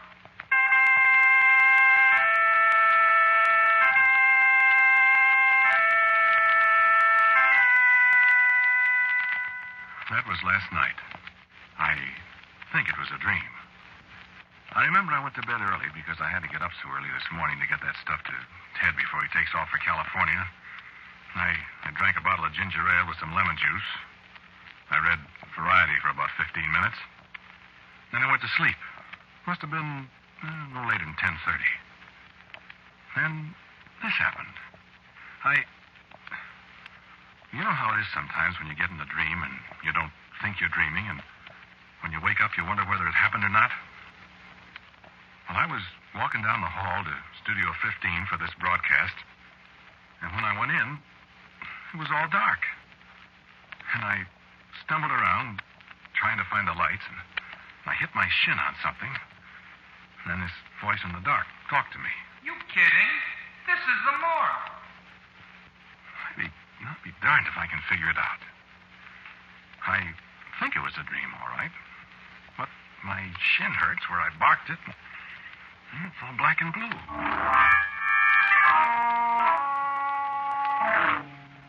I woke up, and I lay there quite a while. You know, half dopey, trying to figure it out. I turned the lights on finally, and I was right there in my room with my shin hurting me. I know I hadn't been out of bed because I was all wound up in the covers. And I couldn't get back to sleep again. You know how it is? You have a nightmare and you're afraid to go back to sleep because you might have another one, a worse one. Well, listen. I was just lying there in my own room with the lights on, looking at the ceiling and trying to think. And it began to get dark. No, the lights didn't go out. I could see the lights. But it was dark. Everything just sort of faded. Like in a movie, you know? And pretty soon it was black dark. I tried to get up, but I couldn't. And I just lay there, flat on my back, in the dark and the silence, and I was scared. Doesn't he look nice? Beautiful. He's got that blue and white shirt on that I gave him. I wish I could have got that tie from him in time. I always liked that tie. It is pretty. He certainly looks nice. Certainly does. Look, will you two please get out of my room? What you say, John H.? I said get out of my room. Why, this isn't your room, Johnny. Now, look. Of course it isn't. Now, look, if I have to get up and chase you out of here... Right, Johnny. You know you can't get up. Of course you can't. You're dead, Johnny.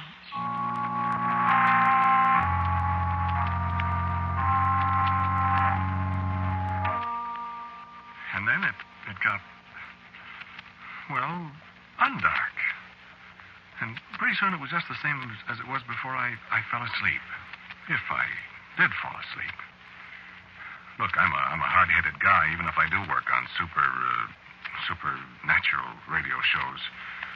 You don't want to believe this stuff. You go nutty. Only, well, sometimes I always sleep in pajamas. Both halves. I put on my pajamas when I went to bed last night. Red and white striped textron. Yeah. Well, when I woke up, or when it got undark again, I was wearing a blue and white shirt I never saw in my life. And I was wearing a hand-painted Countess Mara necktie that I never saw before either.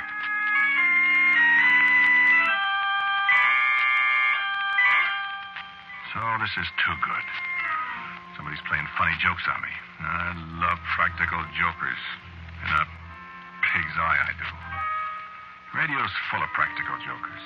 All sorts of bum gags, like Don Amici used to do when he was a radio actor. You used to be reading a commercial, giving it this or that. Don would come up behind you and start to take your coat off. Well, you know you can't stop. You're on the air and you have to make with this thing. So you wiggle around. The first thing you'd have your coat. Then he'd unbutton your suspender buttons. Take off your necktie. You can't do a thing but keep that old smile in your voice and go about locked-in goodness and, please, Mrs. Housewife, buy the large economy size and holding onto your pants with one hand, and it's all very, very funny. Especially if the sponsor's sitting there in the booth looking at you. So I say to myself, some practical joker. Only I add a couple of adjectives to that. Only thing is, how did he get the lights to go out? I lie there a while, and I think, and I try to figure it out. And I shut my eyes, I guess. Anyway, when I opened them, it was dark again.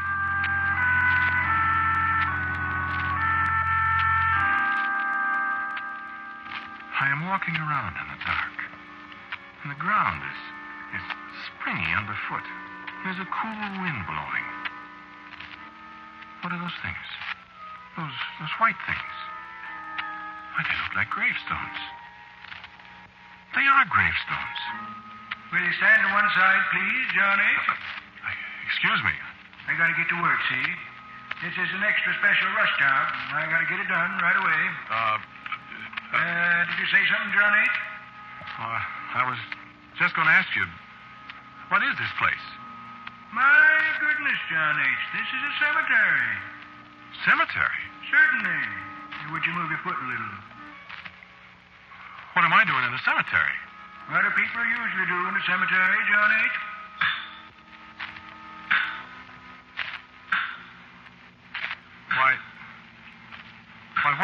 What are you doing?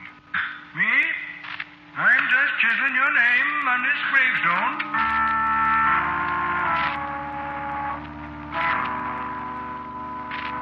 And there it was, laid out in chalk on the gravestone. John H. And I shut my eyes. When I opened them again, I was lying on my bed. Well, you know what people mean when they say their mind reels. Oh, boy, I do. I rubbed my eyes, and I felt like sand on my fingers. It wasn't sand, though. It was marble dust.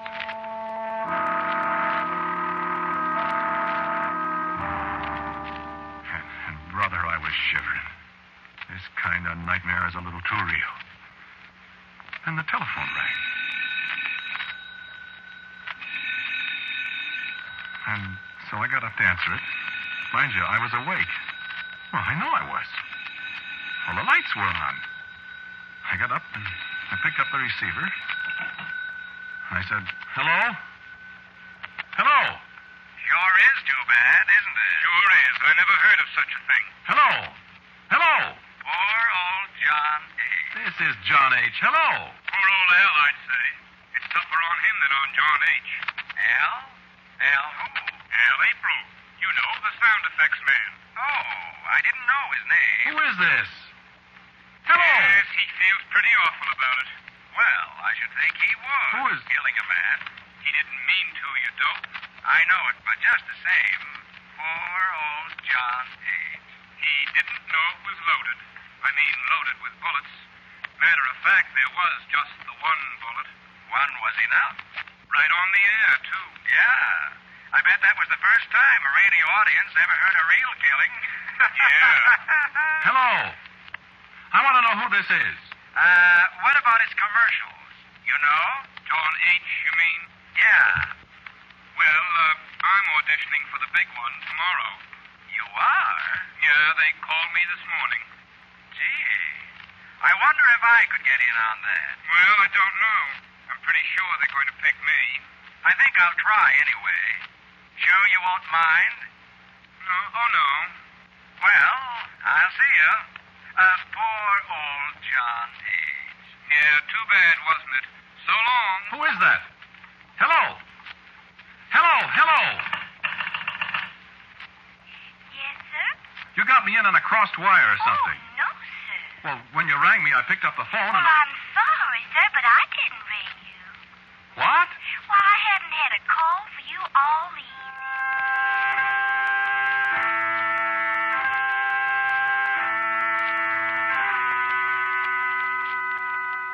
Now, that wasn't a nightmare. Or a dream. That happened. Even if the operator did say she didn't ring me. Whoever it was playing a joke on me, they fixed it with the operator so she'd say that. Didn't they? All right, that's the way I figured it, too. So, this was about 11:30. At 12:30, the manager of the hotel called me on the phone. I hate to wake you up at this hour of the night, John H., but I thought maybe radio registry or somebody might have called you and couldn't get you, see? And I know how important it is for people on the radio to get their calls. And What are you talking about? I just thought you might want to call registry and see if they've been trying to get you, see? I don't get it. Oh, excuse me. See, something happened to our telephones about 10 o'clock, and nobody's been able to get a call in or out of the hotel since then, and I...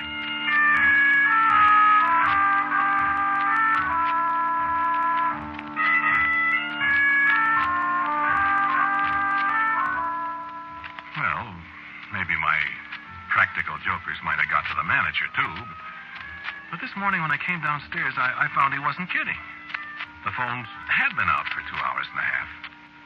Something blew up in the switchboard or something.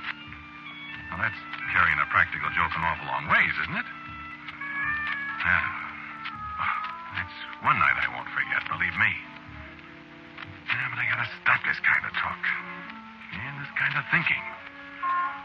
I will forget it. Heck, it was probably a lot of nightmares. I'm going to stop drinking ginger ale before I go to bed. Well, anyway, I saw Ted and gave him the stuff, and he got away to California okay. I sort of had a hunch that if this was a gag, Ted might have had a hand in it.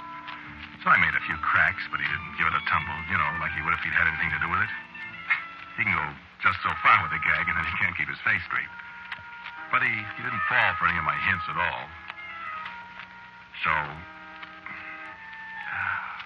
man, I gotta forget it. But just for laughs, when I see that Al April, I'm gonna make him show me that sound effects pistol. Believe me. So then I went and did my commercial. The guy from the agency was there.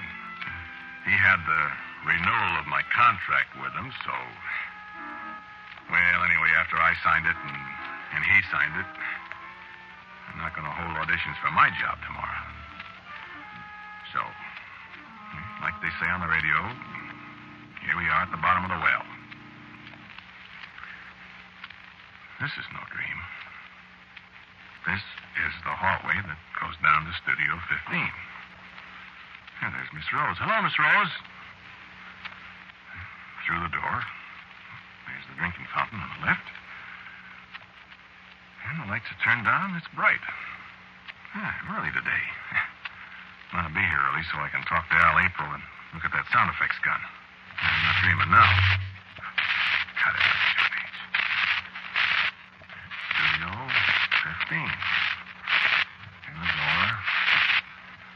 In the control room. Nobody there. Hang up the coat.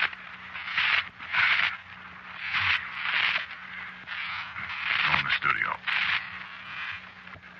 Yeah, the light switch is right where it always was. And the lights go on. Yeah, studio 15, all right. Nobody here yet. You're late, Johnny. Oh. I'm not either. Look at the clock. Oh. Who are you? I'm Mr. Deed. I got your note and I came right over. Note? What note? The note you wrote me to meet you here tonight. Oh, I didn't write any note. Why, you certainly did. I've got it right here in my briefcase. Yeah, got it right here. I don't know what you're talking about, mister. Just a second. Oh, my goodness, I don't seem to have it after all.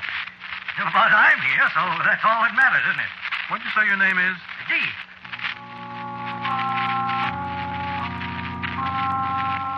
Well, what'd you want? I'm on the air just a little while. Oh, it won't take long, John H. I've got the catalog right here.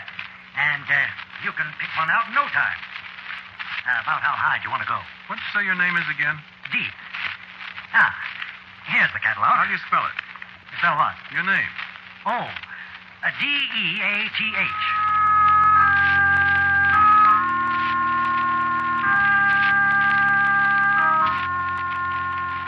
Shall we sit down here at the table where I can spread out the catalog? Listen, Mr.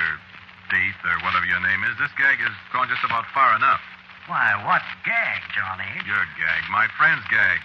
I'm tired of it. Suppose you scram. What are you talking about, John H? I don't indulge in gags. Not in my business. And what is your business, Mr. Death, pronounced Deeth? I don't know whether you're trying some of your radio humor on me, John H. You dragged me all the way down from the Bronx to let you pick out a coffin. A coffin? You think I'm in the grocery business? Listen, Now, this one here you wouldn't want. Man as well-known and prosperous as you, John H., you wouldn't want to be found dead in this one. No, sir, you wouldn't be found dead in it. Eh? Look, Buster, I don't want a coffin. Then why did you sign an order for one and pay a substantial down payment? I didn't. All right. Well, let's get this settled. This model, 23, code name Tired. This will set you back $441.23. Tax included, of course. I don't want it. Something a little more expensive, perhaps, eh? Here's a dandy. Code name Sleepy. Solid rosewood. Well, practically solid. Hand-polished silver alloy handles, nylon lining in your choice of color. I don't want it. Okay.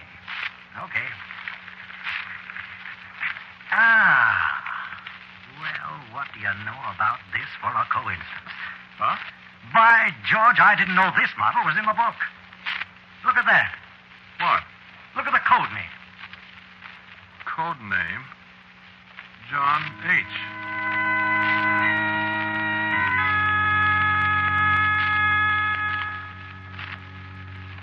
Man, is that a job. You know, I haven't seen this model yet. Look how it's streamlined. Plastics, too, the latest thing.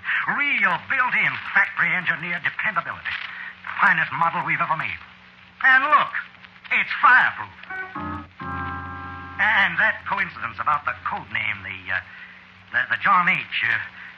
You know what, John H? You'll be the very first user of this latest model. Stand up. What for? My goodness, this is a made-to-measure job, John H. Nothing too good for you famous radio people. Stand right up there. That's it. Now, let me see. Dimension A. My, you have broad shoulders, don't you? Now, let me put this down. There. Listen, mister, please, I'm going to get it absolutely right, John H. I tell you, I can hardly wait to see you in it. Stand still. Listen, this has gone far enough. Just hold the tape, Ezra. Now, let me see. 3 inches above your head. Now, 6 feet 4 inches. Yeah. I didn't realize you were that tall, John H. How much do you weigh? Well, let's see. I've lost 17 pounds since I went on the diet. My. You must tell me about that. If we have time. 17 pounds, and that makes it... 191. Oh, my gracious, I can save you a little money then. The oversized models carry a 4% discount, you see. The little ones are harder to make. You're very fortunate, John H. Now, as a plaque on the lid. See here? Yeah? Now, well, we can engrave that with any lodge emblem or, you know. Are you an odd fellow or a moose or anything like that? You are a big fellow, and I suppose you could say in slang that you're a big moose. Get it? No. The only thing I belong to is the lambs. Lambs. Oh, my, John H., I really don't think we could do that. You see, we carry all the well-known emblems in stock, but the lambs, we'd have to have that engraved, and I'm terribly afraid there won't be time. Huh? No, you said it was a rush job, remember? Matter of fact, it's tonight, isn't it? What's tonight? When you're to be killed. If I remember correctly, you said in your note with the order that a sound effects pistol was... Mr. D, did I write that? Well, I couldn't swear to it in court, of course, John H., but somebody wrote it, and your name was signed to it. Well, look. I'll write my name.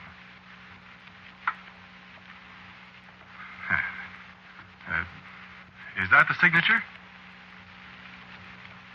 Absolutely identical, John H. Yes, sir, absolutely identical. I remember the curlicues on the H.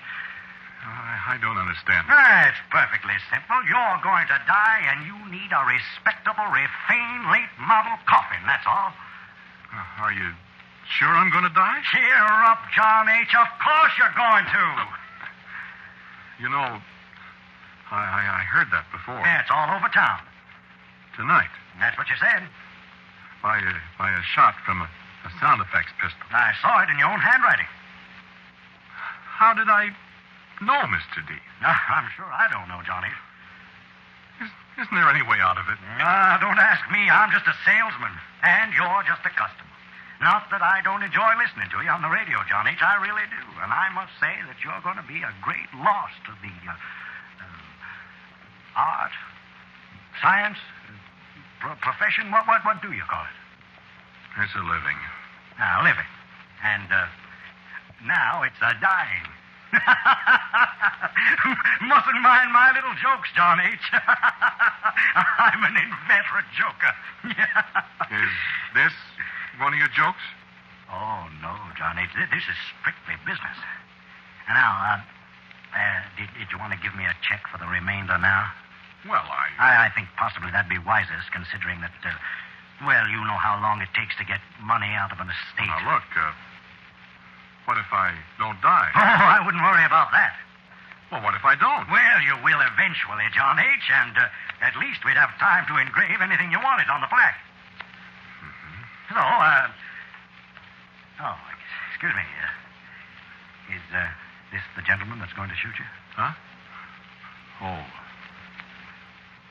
Hello, Al. Hi, John H. Well, you get killed again tonight. I do, huh? Says here you do. How do I get killed this time, Al? Get shot. I see. Excuse me, Mr. D.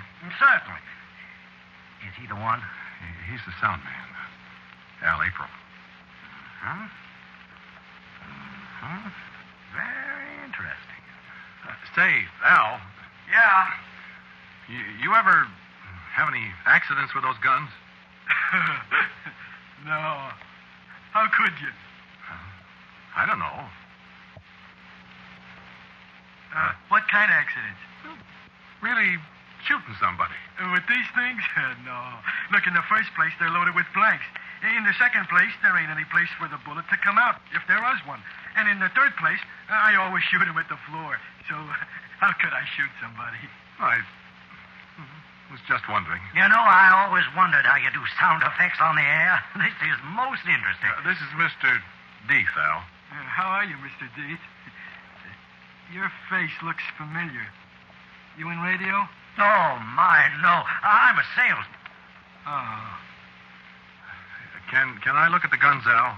Sure. Which one you going to use on the show? This one. Say, what's the matter with you, John H.? I'm a little nervous, I guess, Al. Thought you was on the wagon. Well, I am.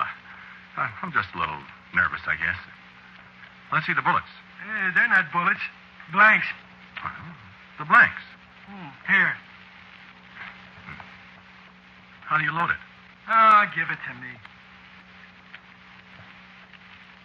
There. Can I shoot it? Sure. What do you want to shoot it for? Well, I got to make sure of something. John H. is sure he's going to be shot tonight. Yeah, that's right, Al. I just want to test out these shells. Well, that's silly because... go ahead. But don't point it at me. Oh, I thought you said you couldn't shoot anybody with it. Well, you know, the wadding. It stings, kind of. You'd use these same shells on the show, huh? Sure. What you scared of? I got a hunch, Al. Well, those are the same shells I'll use on the show. Go ahead and shoot. I'm going to get set up. Okay, Al. You asked for it. Hey, don't point that gun at me. Doggone it. Hey, I told you about that wadding. It stings. Doggone it. I'm sorry, Al. You shot me. There, Mr. Deeth. Why, John H., you killed him. That's right. So I'm not going to die after all. Take your coffins and get out of here. Why, don't be silly, John H. Of course you're going to die. I am not. Why, certainly you are. You murdered poor Al in cold blood, and they'll send you to the electric chair. Yeah? How are they going to do that? They won't have any witnesses except you. Why, John H., how foolish. What about the people listening to you on the radio? Goodness, John H., don't you know you're on the air?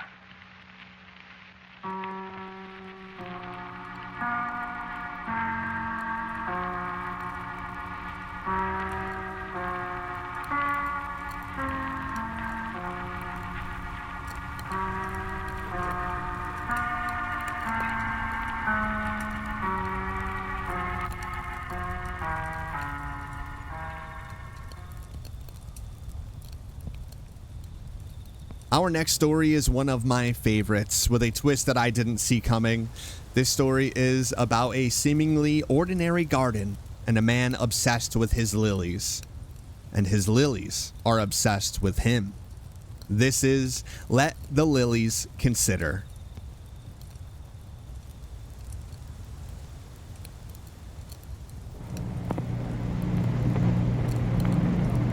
Quiet, please.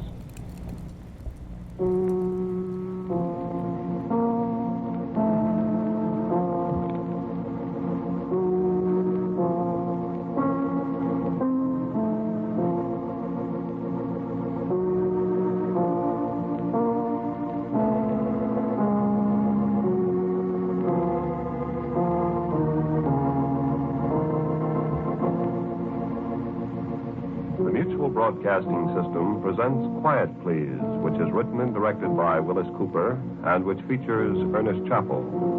Quiet Please for tonight is called Let the Lilies Consider.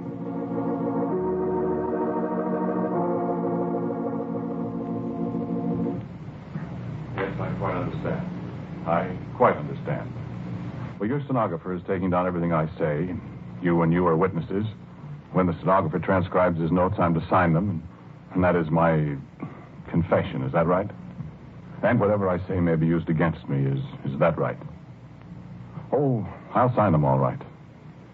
Where do you want me to start? At the beginning, I suppose.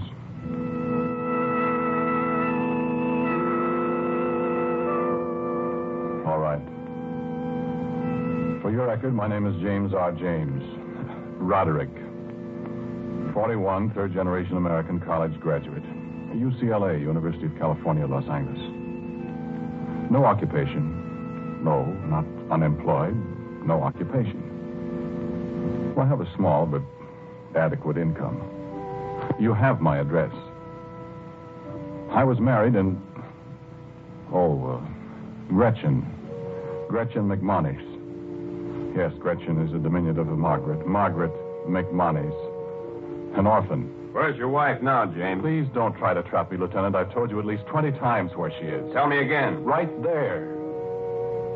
There. Look, James, we dug that place up twice now. Your wife isn't there. Where is she? I've told you. What did you do with her? I didn't do anything with her, Lieutenant. I've told you that. All right. Go on. I met her at school in 1930. Did you bury her in the flower bed there? May I go on? Answer my question. Did you bury her? No, I did not. Then why do you keep saying she's there? Because you killed her. No. Well, she's dead. What killed her? I've told you she isn't dead. You can't prove it, James. I can prove it, Lieutenant, but you won't believe it. Why don't you prove it then? Shall I go on with my statement? Did you plant that lily there to mark her grave, James? I didn't plant that lily. How come it grows there? How come it's so much bigger than the others? Answer me. There were other lilies there alongside it before you and your men dug them up. James, I think I know why that lily is bigger than the others. You do? Yes, and so do you. You're wrong, Lieutenant. You know why we left that lily standing, James, when we dug up the others? Yes. Because we know what's under it there. Because we figured the lily would remind you, would keep you thinking about your wife buried there. Because we hoped it might lead you to a confession. It won't, Lieutenant. You know, I have an idea that lily there is going to hang you, James. No, it isn't. That lily loves me.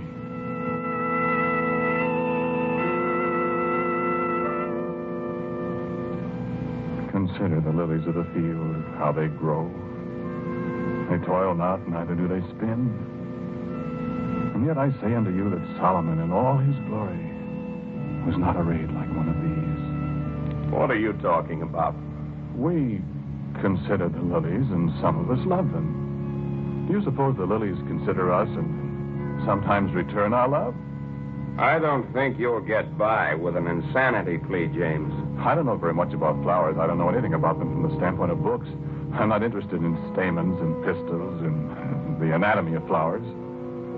Well, I'm interested in their souls, in their souls. I believe flowers love and hate just as people do. Shall we get along with your statement? Yes. They love us and hate us in the proportions of the love or the hate we have for them. I said I've always loved flowers. My wife, Gretchen, she hated them. And they love me. Gretchen? You know, James, I declare I think flowers don't like me at all. I can't do a thing with them. You'll learn. I'll show you how to handle them. I don't think I want to handle them. James, must we have so many flowers? Why? I like them, dear. But so many of them. Well, I haven't anything else to do but raise flowers. I know. That's what bothers me. I don't like to see you wasting all your time puttering around flower beds every single hour. Goodness, I think it's just kind of wicked, James, when there's so many other things you could be doing. Aren't you happy? Of course I'm happy, but I could be happier if I didn't have to compete with a lot of silly flowers. Well, I don't think they're silly. Besides, there's so many lilies. Well, they're so beautiful. They're so depressing. I love them. That's what bothers me, James. Why? Well, I'm jealous of them, James. Gretchen. James, you do love me more than you love the flowers, don't you? Isn't that a pretty foolish question? James? What? Look. Look at the lilies. Well, what do you... Look at them. They're listening. They're waiting to hear what you say.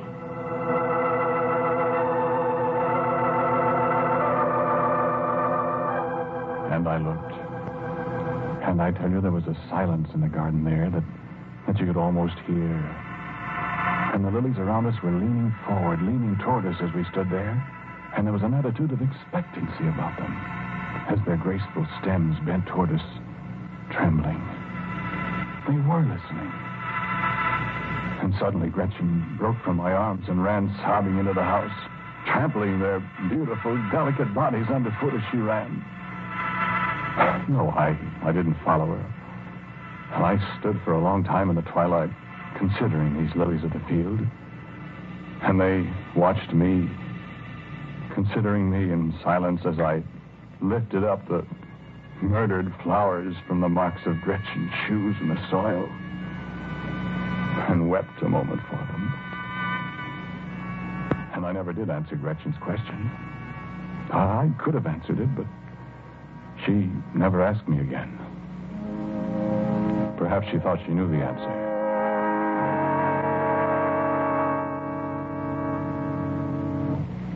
So that's why you killed her. Because you thought more of the flowers than you did of her. I didn't kill her. Go on. I did love Gretchen.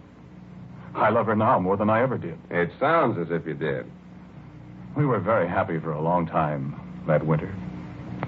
There are no flowers in the winter, and she had no cause to feel neglected. It was very pleasant here in the house. But the spring came, and the buds appeared on the trees, and one day she brought up the subject again. James, what about the flowers this year? I'm going to start in the gardens tomorrow. I wish... Wish what, darling? Do we have to have the flowers again? We don't have to have them, but I want them. It's been so nice all winter without them. I've missed them. I'd hoped you'd maybe forgotten them, James. Forgotten them? My darling, I don't believe I could live without them. If they all died, what would you do? I don't know. Would you die? Well, what are you talking about, Gretchen?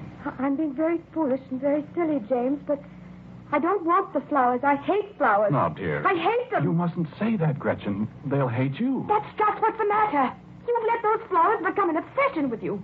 You've begun to feel that they're alive, that they have feelings. You're letting these things take you away from me, and I won't have it. Gretchen, you're being... I said I was being silly. I know I am. But it's the truth just the same. Oh, we could do so many things this summer. Go to so many places. But I don't want to go places, Gretchen. You did before you went so crazy over flowers. Over those horrible lilies. Darling, they're so beautiful. You used to say I was beautiful. Well, you are. But not as beautiful as the lilies. Am I? Why, dear, you're like a lily yourself.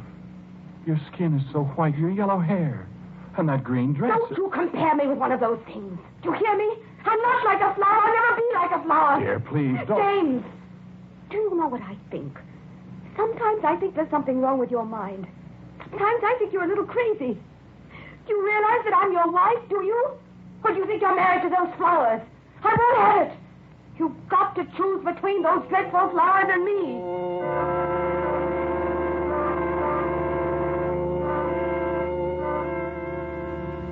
I wondered if my mind was all right. There's nothing wrong with loving flowers, is there? Almost everyone loves them. But for my wife to be jealous of them, I wondered for a moment whether it was my mind or hers. Yes, I did spend too much time in the gardens, I thought. And I resolved manfully to change my way, to devote only a few hours a day to cultivation and admiration of my precious lilies. I would compromise. I would try to follow my wife's wishes, try to remember her first, instead of the flowers. I reckoned without the flowers.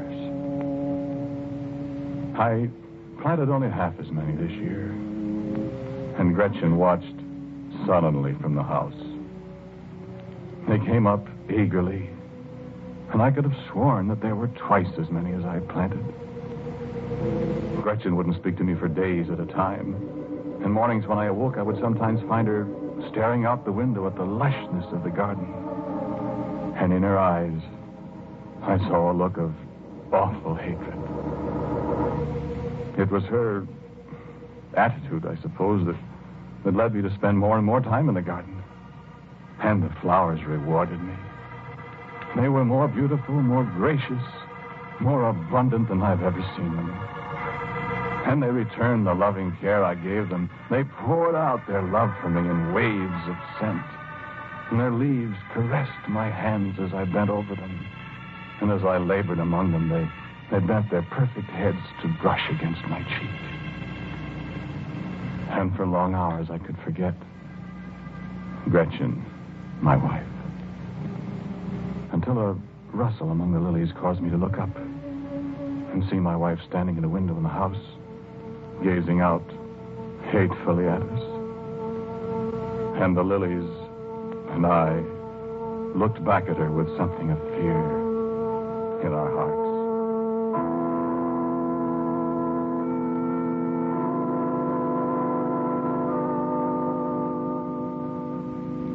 And the garden grew and flourished beyond my fondest hopes.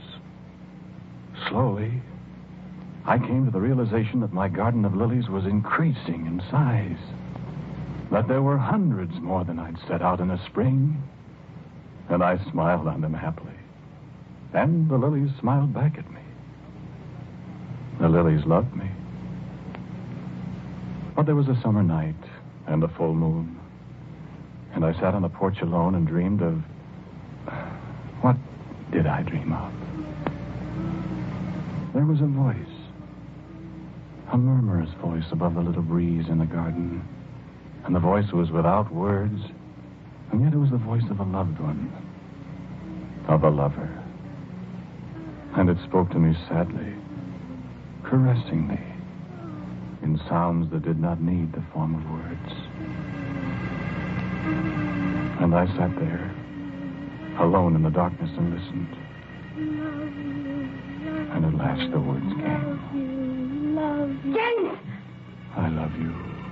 Oh. Why, Gretchen. James, I can't stand it any longer. What's the matter, Gretchen? I told you a long time ago that you've got to choose between me and those flowers. Now, dear, I'm not going to live in this house like a prisoner any longer. Those flowers are driving me mad. I never see you from morning till night. You've forgotten all about me. I don't mean a thing to you. Well, that's not true, Gretchen. I do love you. But you love those flowers more. Gretchen, I... Well? I love you. And what are you going to do about it? What shall I do? Do you want the flowers or do you want me? I... Choose, James. Love you. Gretchen. Love you. I can't. Love. I can't.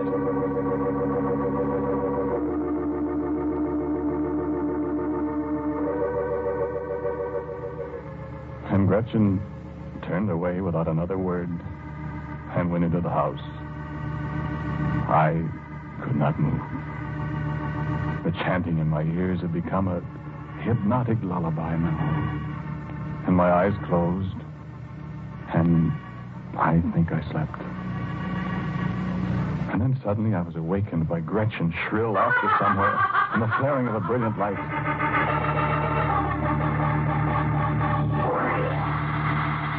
And the garden was a sheet of flame.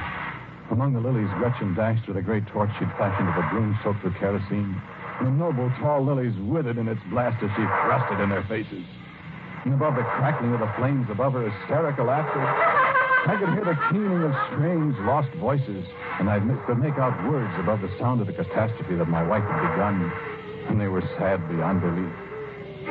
And I roused myself and ran to the garden, but I was too late. Like some avenging demon, my wife stood triumphant amidst the scorched and blistered, dying flowers, and she laughed again. And now she thought she'd won. And there were no more flowers to be jealous of.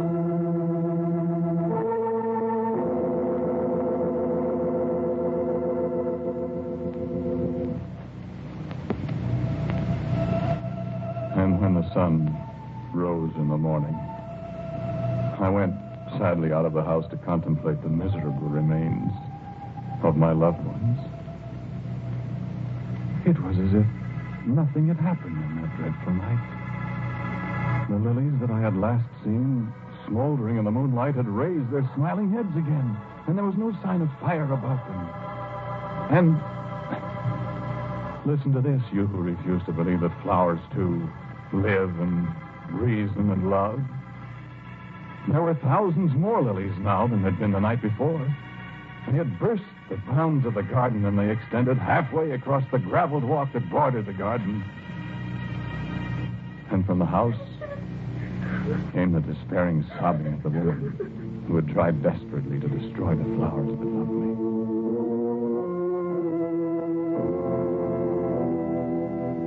I had feared for my wife's sanity. Now I feared for my own. It was hours before she could do more than weep. At last she spoke to me. James, I'm going to leave here. No, Gretchen. I've got to.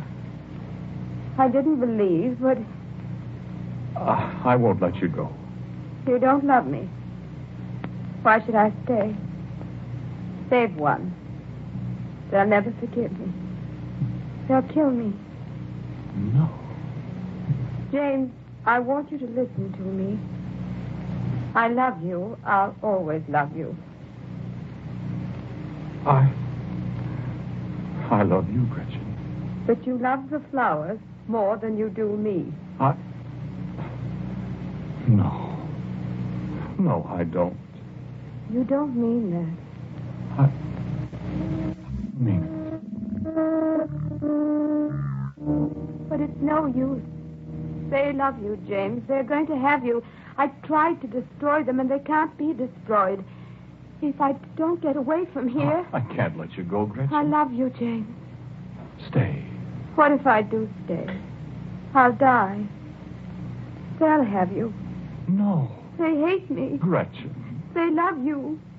What can I do? Well, I don't know, but... You can't fight them. You won't fight them. I know I can't fight them. They love me. And I love you, James. It's too late now to choose. I won't let them have you. I love you. Look at the window. I looked at the window. Outside stood another lily. There had been none there before this morning. There it stood. And as I raised my head, I could see more and more of them all the way across the lawn, overflowing the garden walls. Thousands of them, each with its flower cup turned toward the house, each one listening. And I turned back to Gretchen, miserable and afraid. She'd risen from the bed and was standing before her dresser. Gretchen, I called, for I knew what was in the second drawer of the dresser. There's no other way, James. Put it down, Gretchen. We'll think of a way. There's no other way. I don't know how this has happened, but I believe now. I believe they love you, James, and they hate me. Gretchen, no. Put it down. No, James. This is the way out. It's the only way out. I won't let them have you. I won't give you up. Then she raised the pistol until it pointed straight at my heart. And I said once more, no, Gretchen. It has to be this way, James. And then I'll go out and give myself up to them. Darling, I love you. I must have lain there for a long, long time. At last my eyes opened, and it was dusk again, and I struggled to rise. My side pained horribly, and it was a long time before I could reconstruct what had happened. And I lay there thinking and wondering, what had happened to Gretchen? Was I to die here alone? Was she dead too? Love you. Love And then I heard the voice you. again. Love you. Love Gretchen. you. You will not die. Gretchen has not died. We love you. We want you to be happy. You love Gretchen. Gretchen lives. Gretchen loves you. And I drifted away again into the gathering darkness with the voice Love you. still ringing in my Love ears. you. Love you.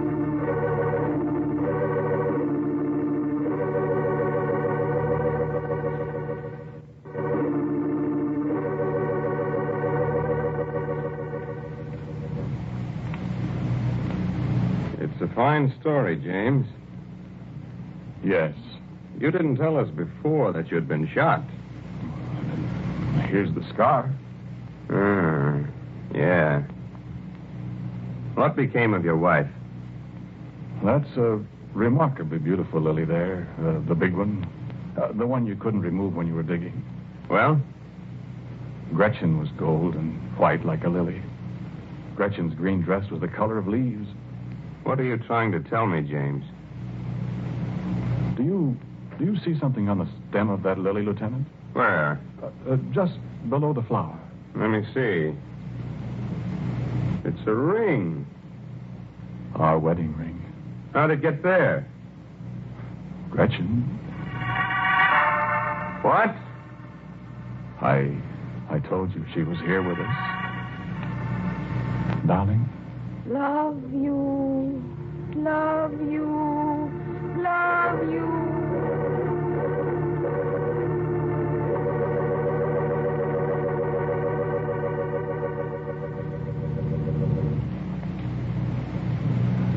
No, I didn't get it signed, Chief. There wasn't anybody there to sign it. I'm telling you. I heard the voice myself. It kept saying, love you, love you, love you. That's right. We looked around to see where it was coming from, and when we turned around again, James was gone. I don't know. All I know is there were two lilies there now, close together, great big ones. And they looked as if they had their arms around each other.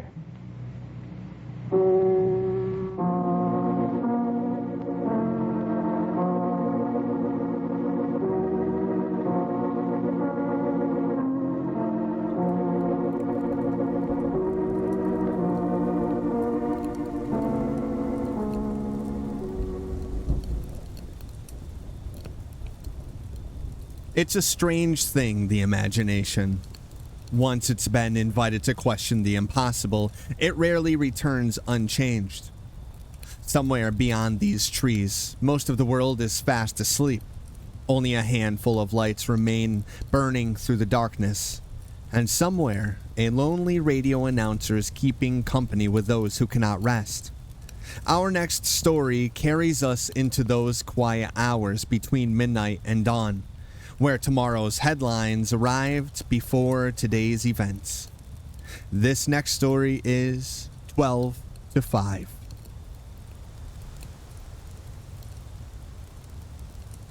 Quiet, please.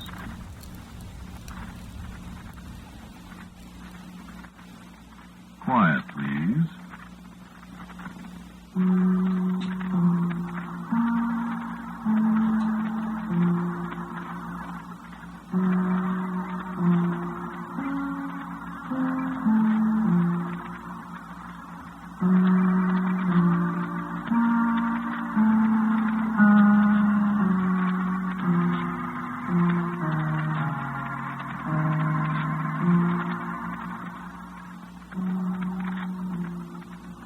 Yes, ma'am, it does get lonesome down here.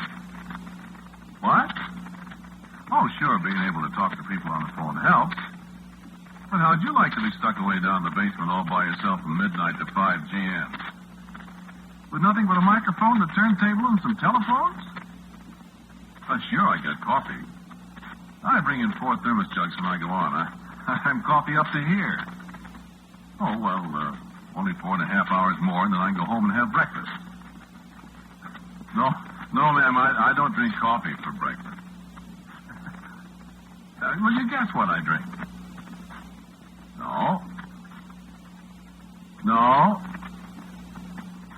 No, you're getting warm.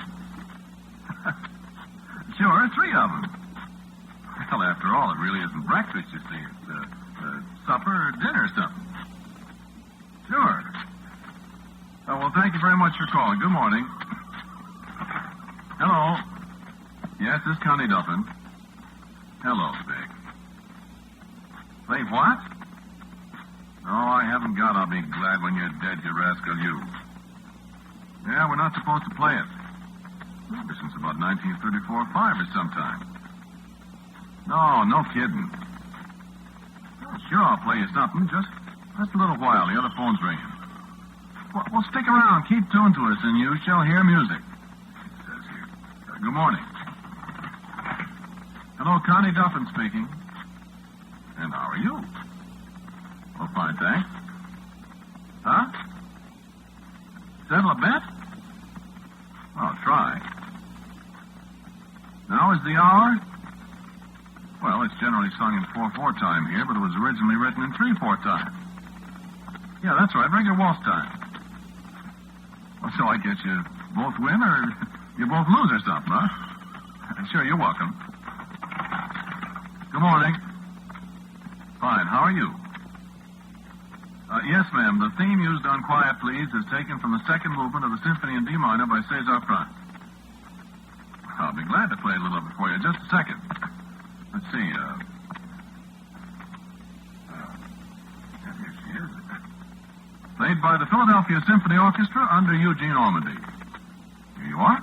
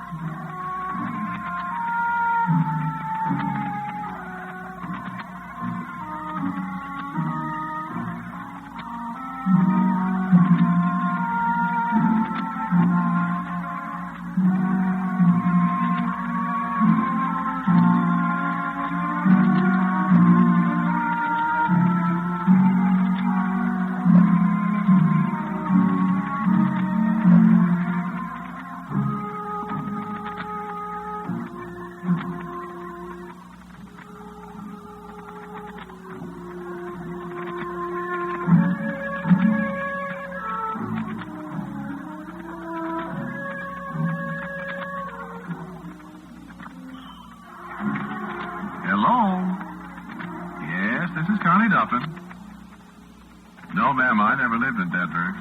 Closest I ever been is Omaha. I played vibraharp and xylophone there in 1932. No, not on the air, hotel. I'm sorry, I guess I'm not your cousin. Okay, have one for me. Good morning. What?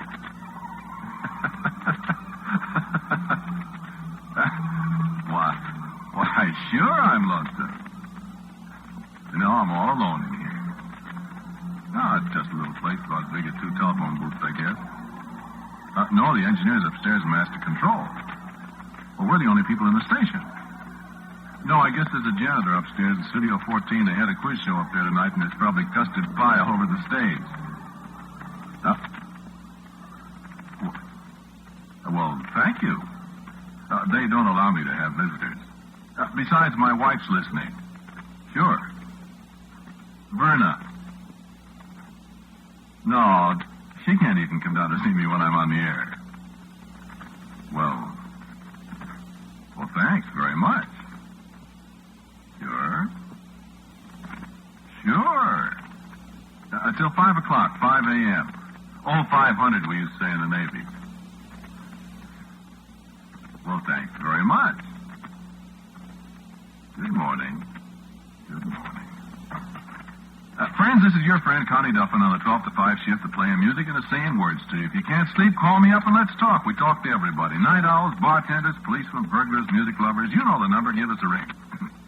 Now, for a little music, let's see what we have here. It's, the Mills Brothers singing Till Then. And while they're singing, I'm going to have you a little coffee and a cigarette, so lean back and listen.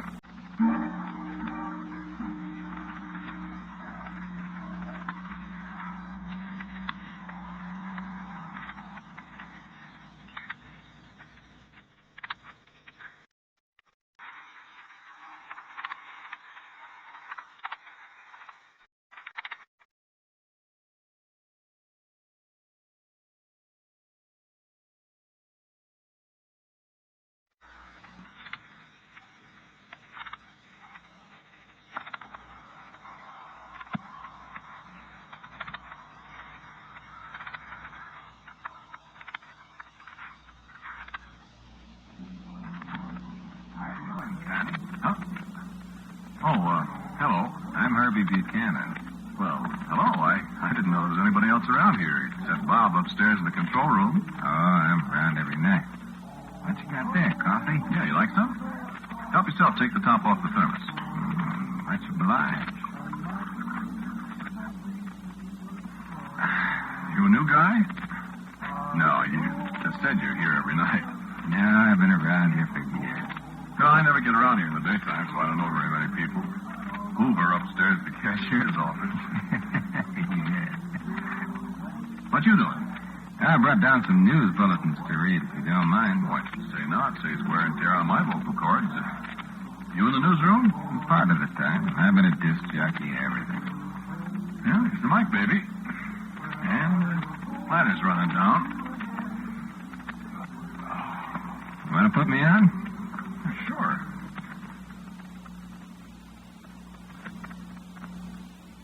Well, friends, we've got something new for you tonight. My good friend Herbie Buchanan has just come in with a pocket full of news flashes, and while I have one more cigarette, Herbie will tell you what's going on in the world. Okay, Herbie Buchanan. Thank you, Connie Duffin. Well, there's not much new in the way of international affairs. Everybody hates everybody else just as much as they did yesterday, and about as much as they will tomorrow. So let's see what's going on right here in our own fair city, if you want to call it a fair city. Chief of Police Deans Lopez will be startled to know that a murder was committed this evening only 2 doors away from the Southside Police Station. Hubert W. Cronkite, a retired broker of 2319 West 17th Street, discovered a burglar prowling in his apartment who shot and killed Mr. Cronkite in his bedroom. There are no clues to the murderer's identity. A taxicab collided with a streetcar at the corner of Pacific Avenue and Maple Grove, killing a passenger and seriously injuring 2 of the passengers in the cab. The weather today? The temperature is now 52 degrees, and as you no doubt know, rain is falling heavily. The correct time is 1:32 p.m. Standard Time. Hey, Herbie. You got the time wrong. What? Well, look at the clock, you jerk. It's 1:02. You're a half hour ahead of time. Hello, this is Connie Duffin. What? Not raining. Why, Herbie said... What? Okay, I will look out the window. Hold the phone.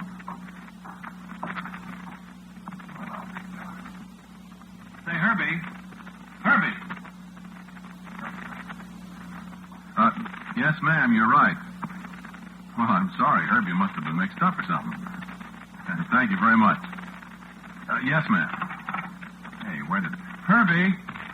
Where did... This is Connie Duffin.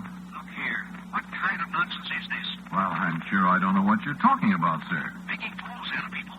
I'm going to sue you. Well, what for goodness sake? Are you the man who just said I was shot by a burglar? Huh? Me? Oh, why, no, sir. That was a man from the newsroom. Well, he's a liar. Listen, friend, who are you? I don't get I'm this. just as much alive as you are. Well, all right, sir, but who are... My name is Hubert W. Cronkite. I was not killed by a burglar. You weren't. I mean, what? Do I sound as if I've been shot? Now, look here, young man. I demand a public apology. Wait a minute. What? I said, wait a minute. I hear somebody in my bedroom. Well, but... Okay. Hello, this is Connie Duffin. Who? Oh, sure. Good morning. No, sir, I don't think I do know you. What? Police? No. No, it was a gag. Oh, it couldn't be. I was just talking to Mr. Cronkite on the phone. Well, he's on the phone right now. I'm just waiting for him to come back. Hello, Mr. Cronkite. Hello. Hello, Mr. Cronkite. No. He doesn't answer. Well, wait a second. I got to put on some music. Music, for God's sakes. It's a radio station. Friends, here is music for you from yours truly, Connie Duffin, to you wherever you are.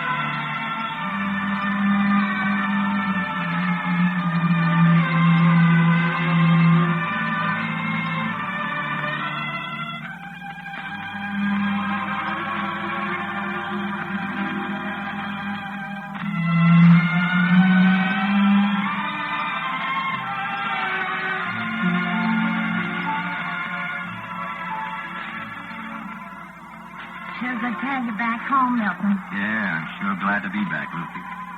You haven't changed much. Got awful lonesome for you, though. I know. I was lonesome, too. We were awful chumps, weren't we? I should say so. Let's not ever fight again, huh, honey? Not ever. You love me? An awful lot. You love me? Plenty. No, let's just sit quiet and listen to the music. Put your arm around me that way.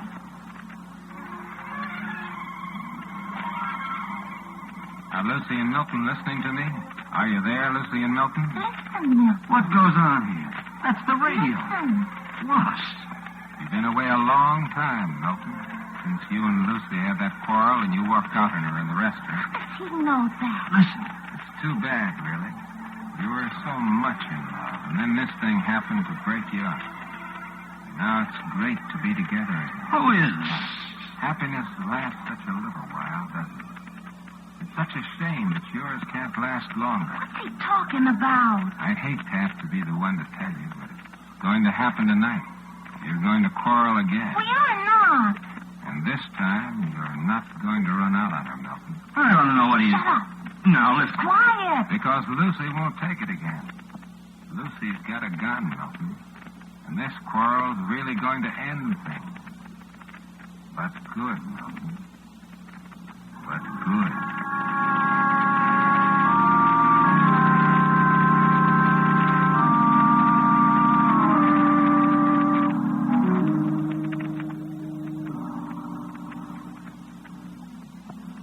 Lucy, What?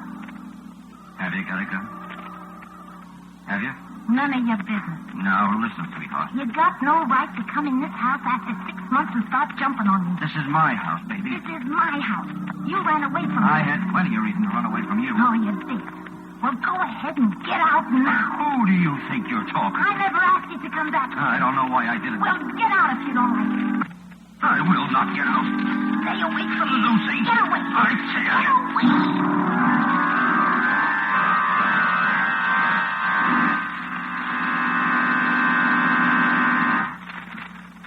Time is now 2 a.m.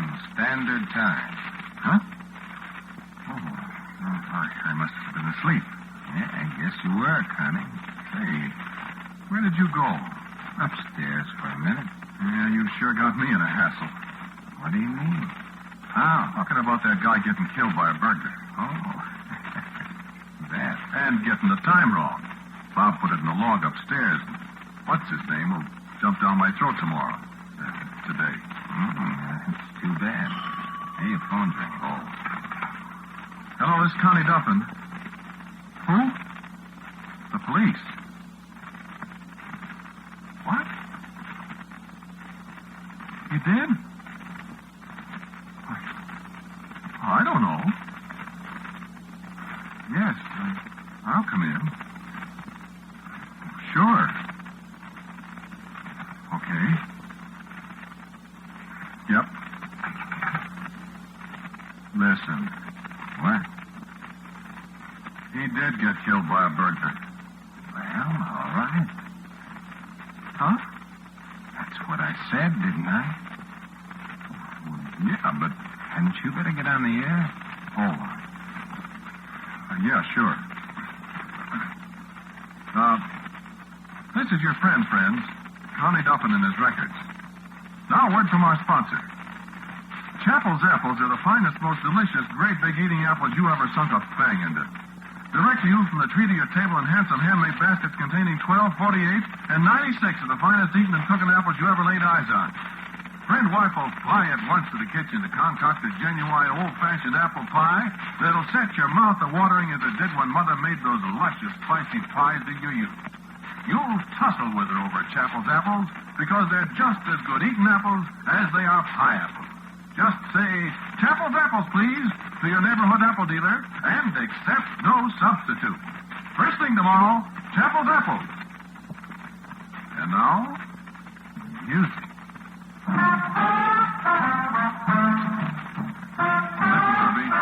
I can take a gag as big as the next fella, see? But fun's fun. Well, now what is this? What is what? How did you know that fellow was going to get killed? Look, it's on the paper. Where did that come from? Up in the newsroom. The newsroom? There's nobody in the newsroom. The teletypes are there. They're running. They shouldn't be, not this time of night. Good morning. Well, they are. And you got that off the teletype? Mm-hmm.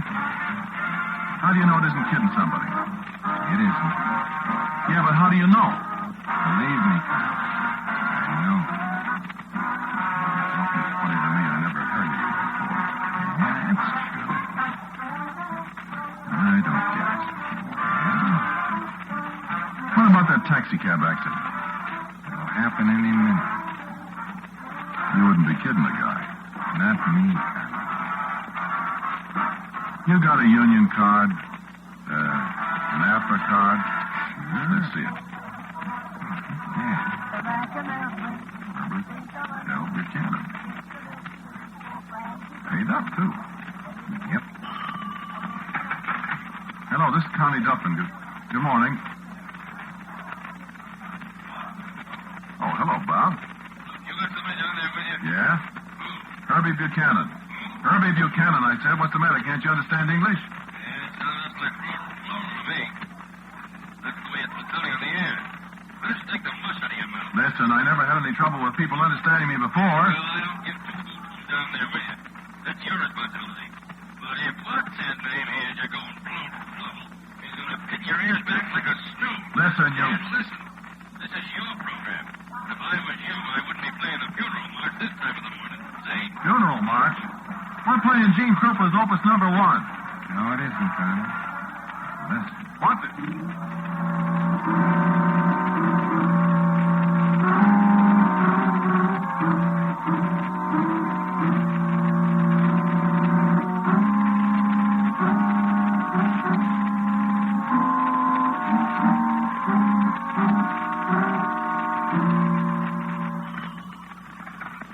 Good morning, Connie Duffin speaking.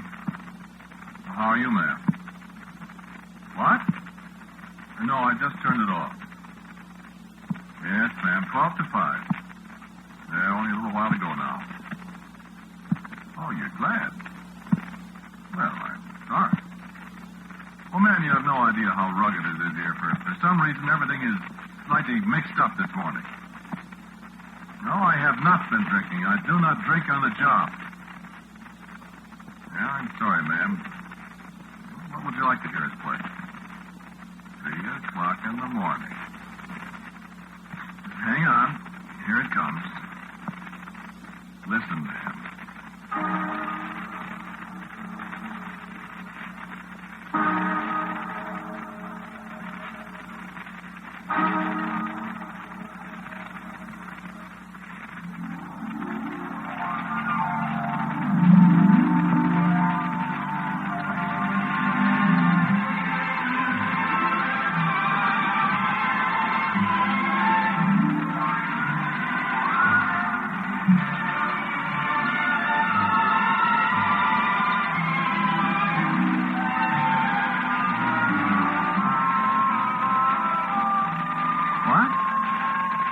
What'd you say? But madam, I can hear it. Well, listen.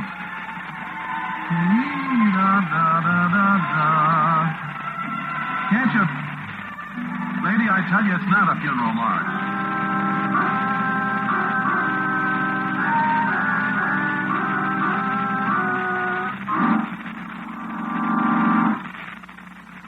Well, so long, Connie. I got to leave you for a while.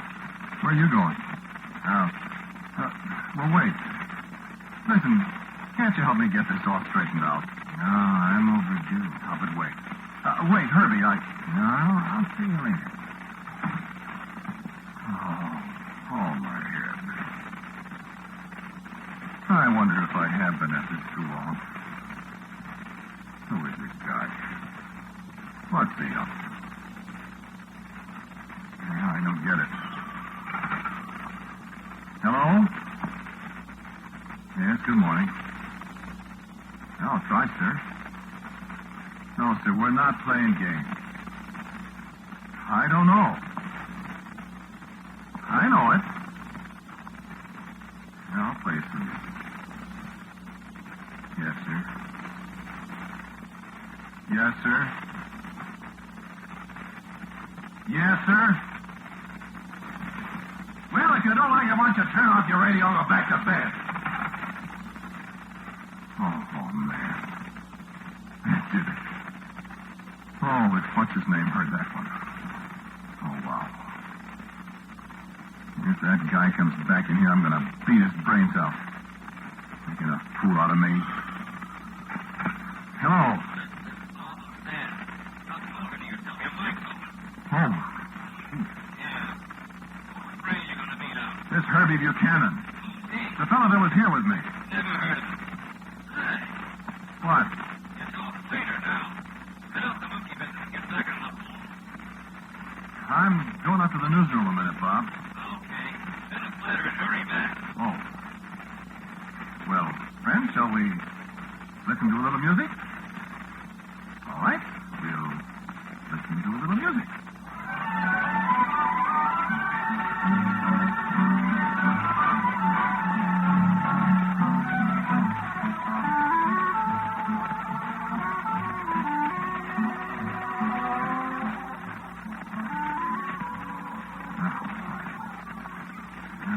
Got a key to the newsroom.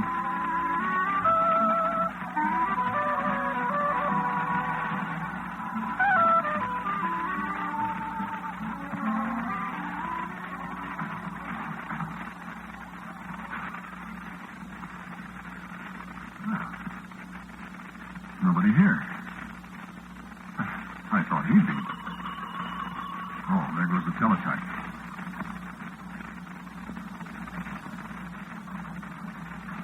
Well, what you...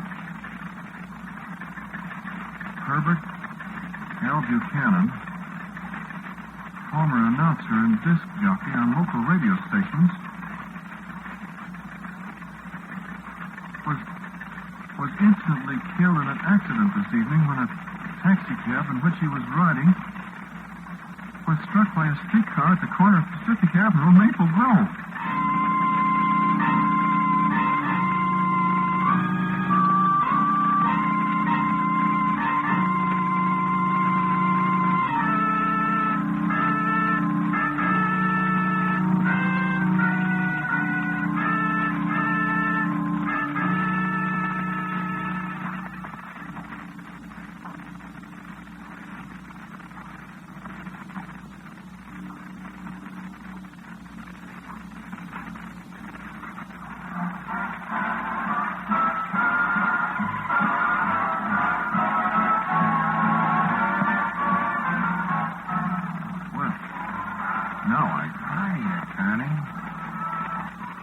Herbie, what's the matter? You're dead. Sure. Huh? Sure. Listen, what is... I got only a couple of minutes. Well, yes, but... I've been to the news. You have? Yeah, I better read this to the customer. What is it? I'll have to hurry. It's pretty near 5. Hold it.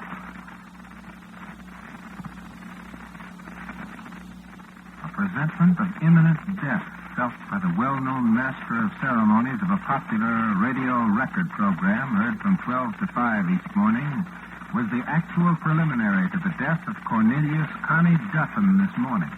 Hey, Mr. Duffin fell in a coma as he left his studio this morning at 5 o'clock as his program concluded. He died on the way to the hospital. It's 5 o'clock, ladies and gentlemen. Open the door, Connie.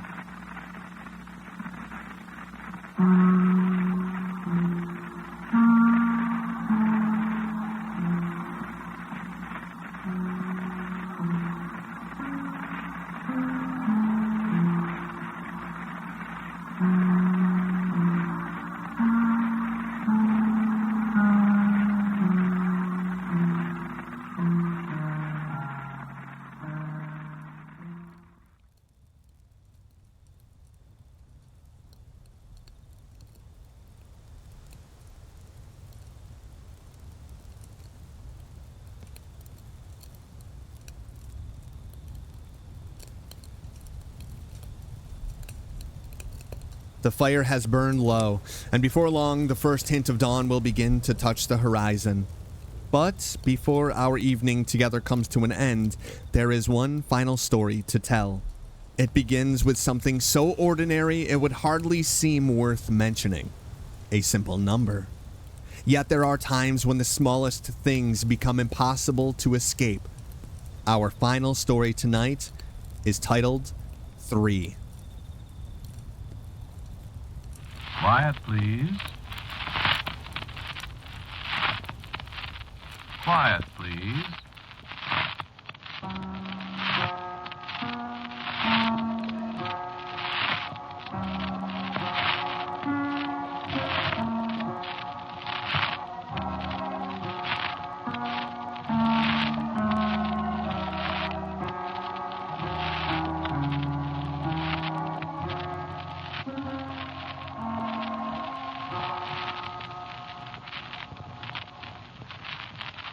Practically nobody is named Sebastian.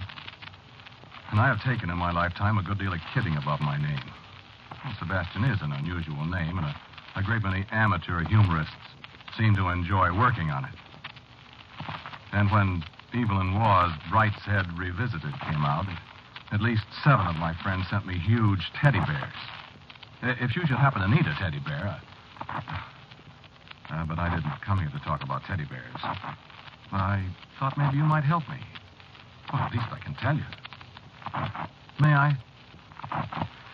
Well, it's kind of, I suppose you'd say it's an obsession. Well, on the other hand, I guess you have to have a thing quite a while before you could call it an obsession. This has only been bothering me since day before yesterday, so I suppose maybe we'd better call it a premonition. I was walking down the street, and there was absolutely nobody near me. And a voice spoke to me, right in my ear. A very quiet little voice. It just said one word, 3. Did you hear it? Oh, you must have heard it. What was it? I tell you, there wasn't anybody near me. There wasn't anybody within a block of me. Well, I thought then I was, hearing things.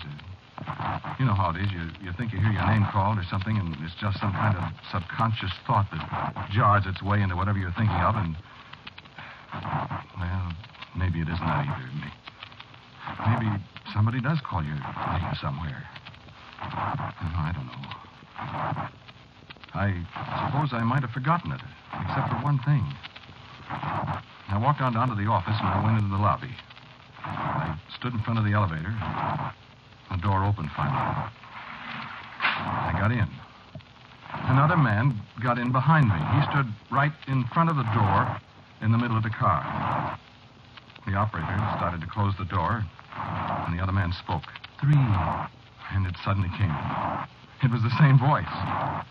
And I was suddenly seized with the most dreadful fear I've ever known. I scrambled past the man as the doors drew together. Hey, look out, mister. What do you think Let me out. Let me out. Well, for Pete's sake, make up your mind, will you? I stood panting in the corridor, watching the indicator above the door as the car went up. 2, 3...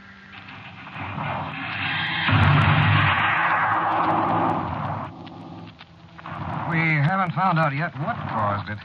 Apparently, though, the operator, who was a new man, mishandled the controls at the 3rd floor, and the car dropped down to the sub-basement. There's no way of telling, of course, because the operator was killed. We think we're fortunate, however, that there was nobody else in the car. Did you hear that? There was nobody else in the car. Well, what about the man who said 3? No. Nothing more happened that first day. I walked upstairs to my office, and I stayed there. I didn't do very well on the job that day. Oh, yes, I forgot something did happen. No, nothing like the elevator thing. It was just the telephone. And it rang 3 times. At 3 o'clock in the afternoon. No, I know there's nothing unusual about a telephone ringing 3 times, only this one, I picked up the receiver when it rang the first time, and it rang 2 more times. Telephones don't do that.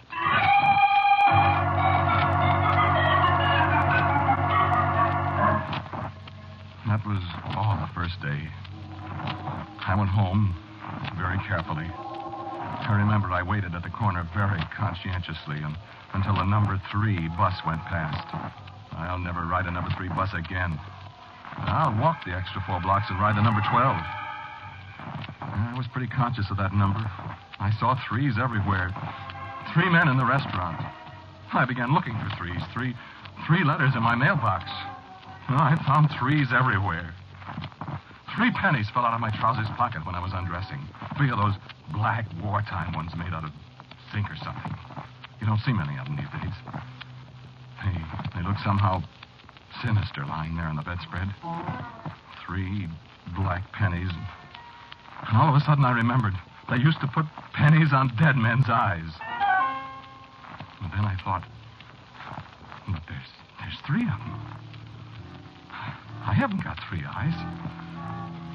And you know what? I said to myself, I wonder if maybe I have got 3 eyes. And I walked over to the mirror and looked.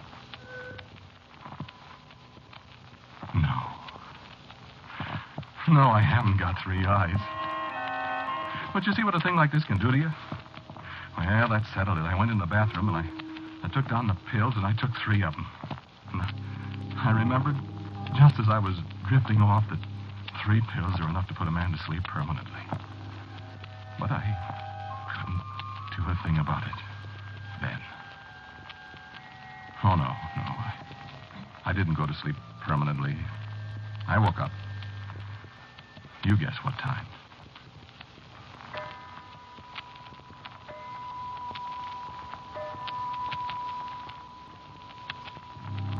I didn't sleep anymore. I sat up and smoked cigarettes. When it was daylight at last, I dressed and went out. First, though, I counted the cigarette butts. I'd smoked 1 whole package and 13 besides. You can count it up. And the street was deserted early in the morning. I walked past the movie house. The sign on the marquee said, last 3 days. I went down to the office. Walked all the way. I walked upstairs.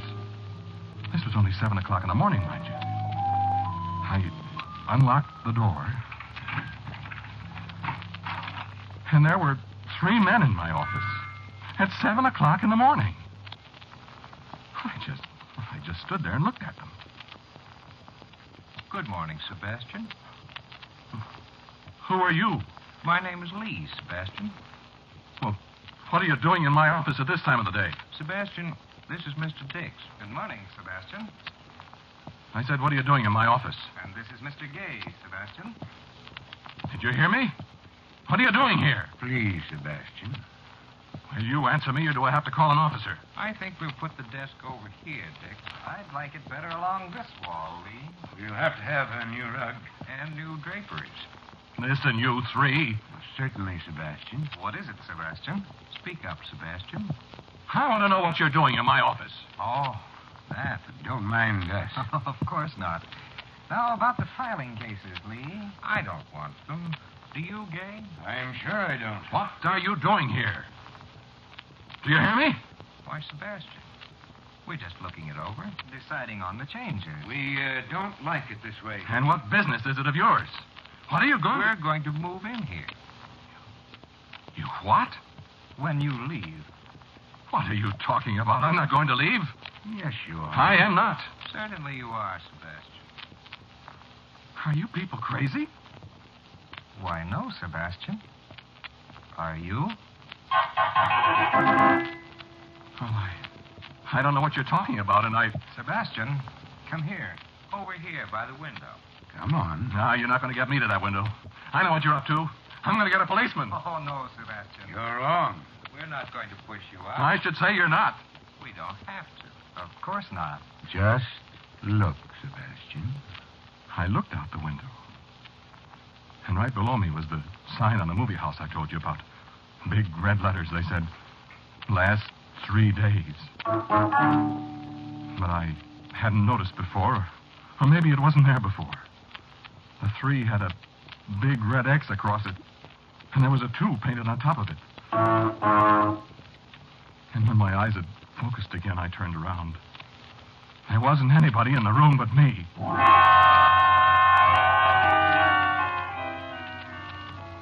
Yeah, that's right.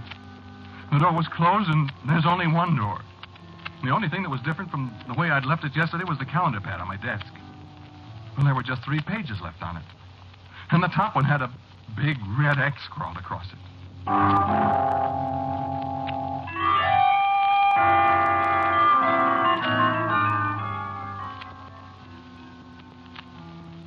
I never took a drink in my life before 5 o'clock. I seldom touch the stuff, but I do keep a bottle in my desk for an occasional client who likes a nip in the daytime. I took 2 nips. And I got very brave and very matter-of-fact when I downed the second one. Well, after the third one, I went out in the hall and I walked downstairs. The elevator starter was just coming to work. He looked at me with a very strange expression when the whiskey and I spoke to him in a loud voice about 3 strange men invading an office at 7 in the morning. And then he asked me, more or less politely, to describe the men. Do you know, I couldn't remember a single thing about any one of the 3. He looked at me as if I were crazy. And I remembered what Dix had said. No, we're not crazy, Sebastian. Are you? I don't know. Maybe I am. A man can't be haunted by a number, can he? Or can he? You remember what I told you about being careful about the number 3 bus? Well, the number 3 bus rammed into a light standard last night and caught on fire. No, only one man was killed. I saw his picture in the paper. I thought there was something familiar about his face. And then it came to me. I walked over to the mirror above the washstand in the corner. Why, the man looked enough like me to be my twin brother. Or to be me, for that matter. What is this thing? So then I sat down at the desk and I thought some more. Maybe I've been working too hard. Maybe... Well, anyway, I gotta do something about it. Yeah, but what? I'll call up Dr. Mandel, I say to myself. Dr. Mandel can tell me if I'm going crazy. Or what. Give me the phone. Now, let's see. What's his number? 4087.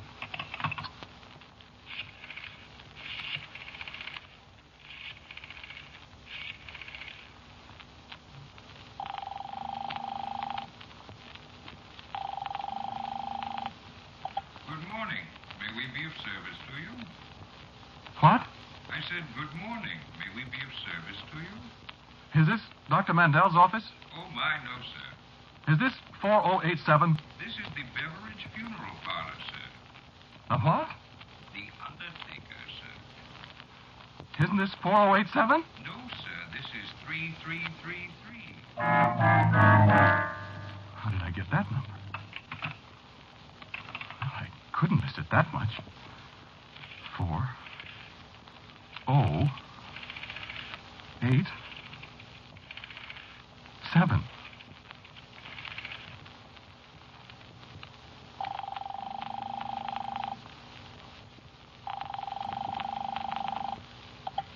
Good morning. May we be of service to you? Who is this? You dialed 3333, sir. This is the Beveridge Funeral Parlor. I'm sorry. I can't be that drunk. Huh.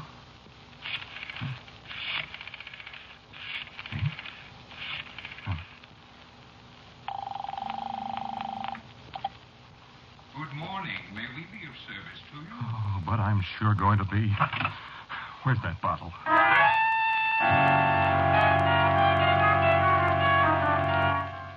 This is the telephone company. Look here. There's an insane man who keeps dialing this number and telling me it's the wrong one.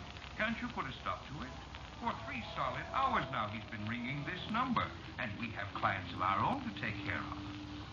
Well, I don't care what you do, but stop that man. No matter what I dialed, it always came out About 3,333. I called Dr. Mandel. I called the police. I called my Uncle Hubert. And always there was that man with a fat voice wanting to be of service. Good morning. May we be of service to you? That was yesterday. Today. Oh, yes, I woke up at 3 this morning. There was somebody in my bed. No, I know. I'm getting awfully tired of these things happening to me, too. But you should complain. Well, they're not happening to you. All I want from you is a little sympathy. Or at least the chance to tell my story. Just tell my story. I'm sorry. No, really, I'm sorry. This stuff is beginning to get me down. Beginning? It's got me down. I don't know what's happening to me. Either somebody's trying to make me lose my mind and commit suicide or something, or it's true. All I can hear is... 3 men. 3 days. And now there's only 1 day left. Well, the second leaf of my calendar pad had a big red X on it this morning. And everywhere I go, things happen in threes. I hear streetcar gongs. I hear automobile horns. I hear knocks on doors. I hear noises in my head. And all of a sudden, I remembered I heard on the radio that there's going to be a radio program tonight called 3. What are they doing to me? Help me, please. Do something. Please, please, please. You hear that? You hear the way I'm talking? You hear me? Sebastian. Look, I can't stand it any longer. I've got to do something. Well, it'll be 3 o'clock in just a little while, and I know that's going to be the deadline. Well, I know it. So do you know it, don't you? Who is it that hates me? Who is it that's going to get me? Is it you? All right. All right, I know what I'll do. I'm going in here. I'm going to have a drink. You stay out there, all 3 of you. I walk inside. The bartender is standing behind the bar. Hello, bartender. Hello, Sebastian. How did you know my name? Well, you told it to me. I did? When did I tell it to you? Why, last night? Last night? I wasn't here last night. Well, this morning, then. Why, I wasn't here. I've never been here before. Oh, now, Sebastian. You got a hangover? Oh, no, I don't remember. Well, sure, you was in here with them 3 men. What 3 men? You know, the fellas with the funny names. Funny names? Yeah, you know, all 3 of them with the 3-letter names. Dix? Sure. Dix, Lee, Gay. The 3 threes. When was this, bartender? 3 o'clock this morning.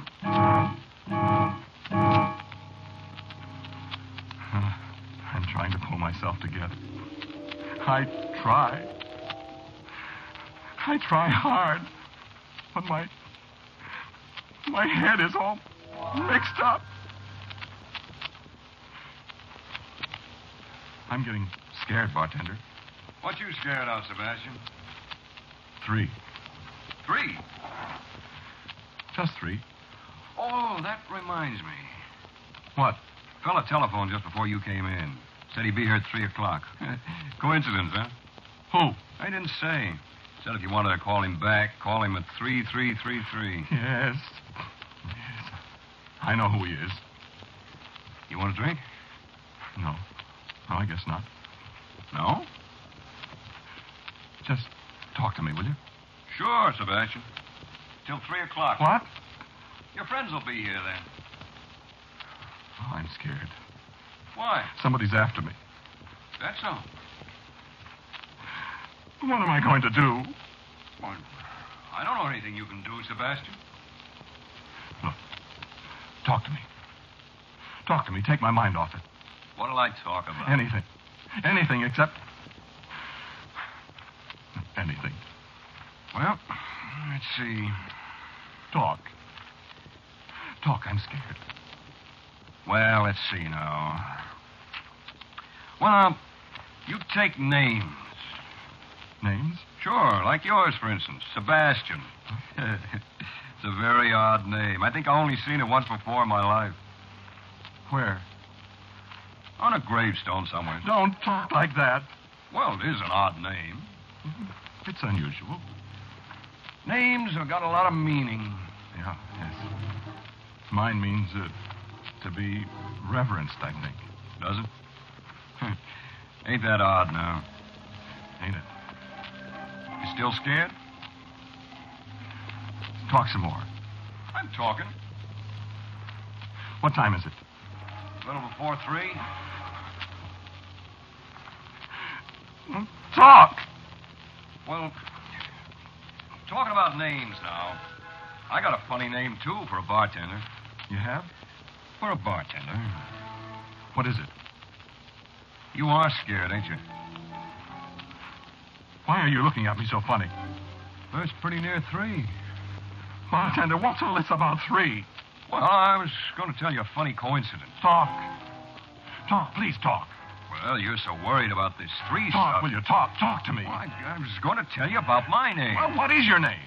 Is it Joe or Tom or Harry or Charlie or Aloysius or Alcibiades or Mike or what?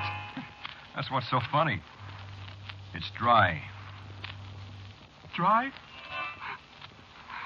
Oh, that's very funny. Oh, that's extremely funny. Oh, that's funny, bartender. A bartender named Dry. a dry bartender. Oh, well, sir, that sure is funny. Yeah, but of course that ain't the way you spell it, see? What? No, you see, it's a German name. Is it? Yeah, sure. Spelled D-R-E-I. It means 3, you know.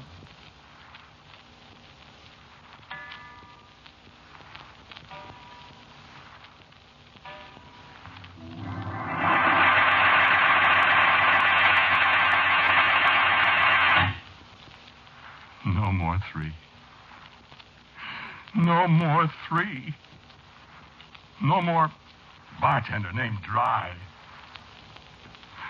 What do you suppose it was? I'm never going to hear any more 3s again, am I? Oh, yes, I am. You remember? When the judge says to be hanged by the neck until dead.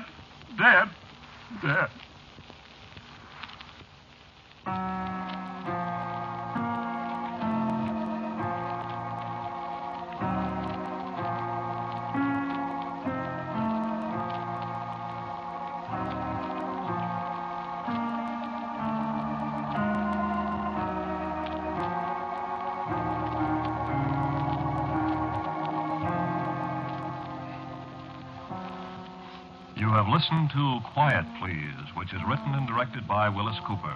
The man who spoke to you was Ernest Chappell. Music for Quiet Please, as usual, is composed and played by Gene Parasso. And so, until next week at the same time, I am quietly yours, Ernest Chappell.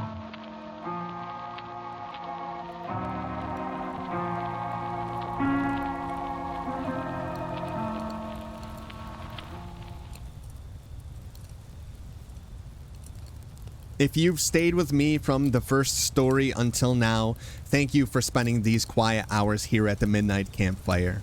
I hope these tales have reminded you why the golden age of radio continues to captivate us all these years later. Not because it showed us monsters, but because it invited us to imagine them.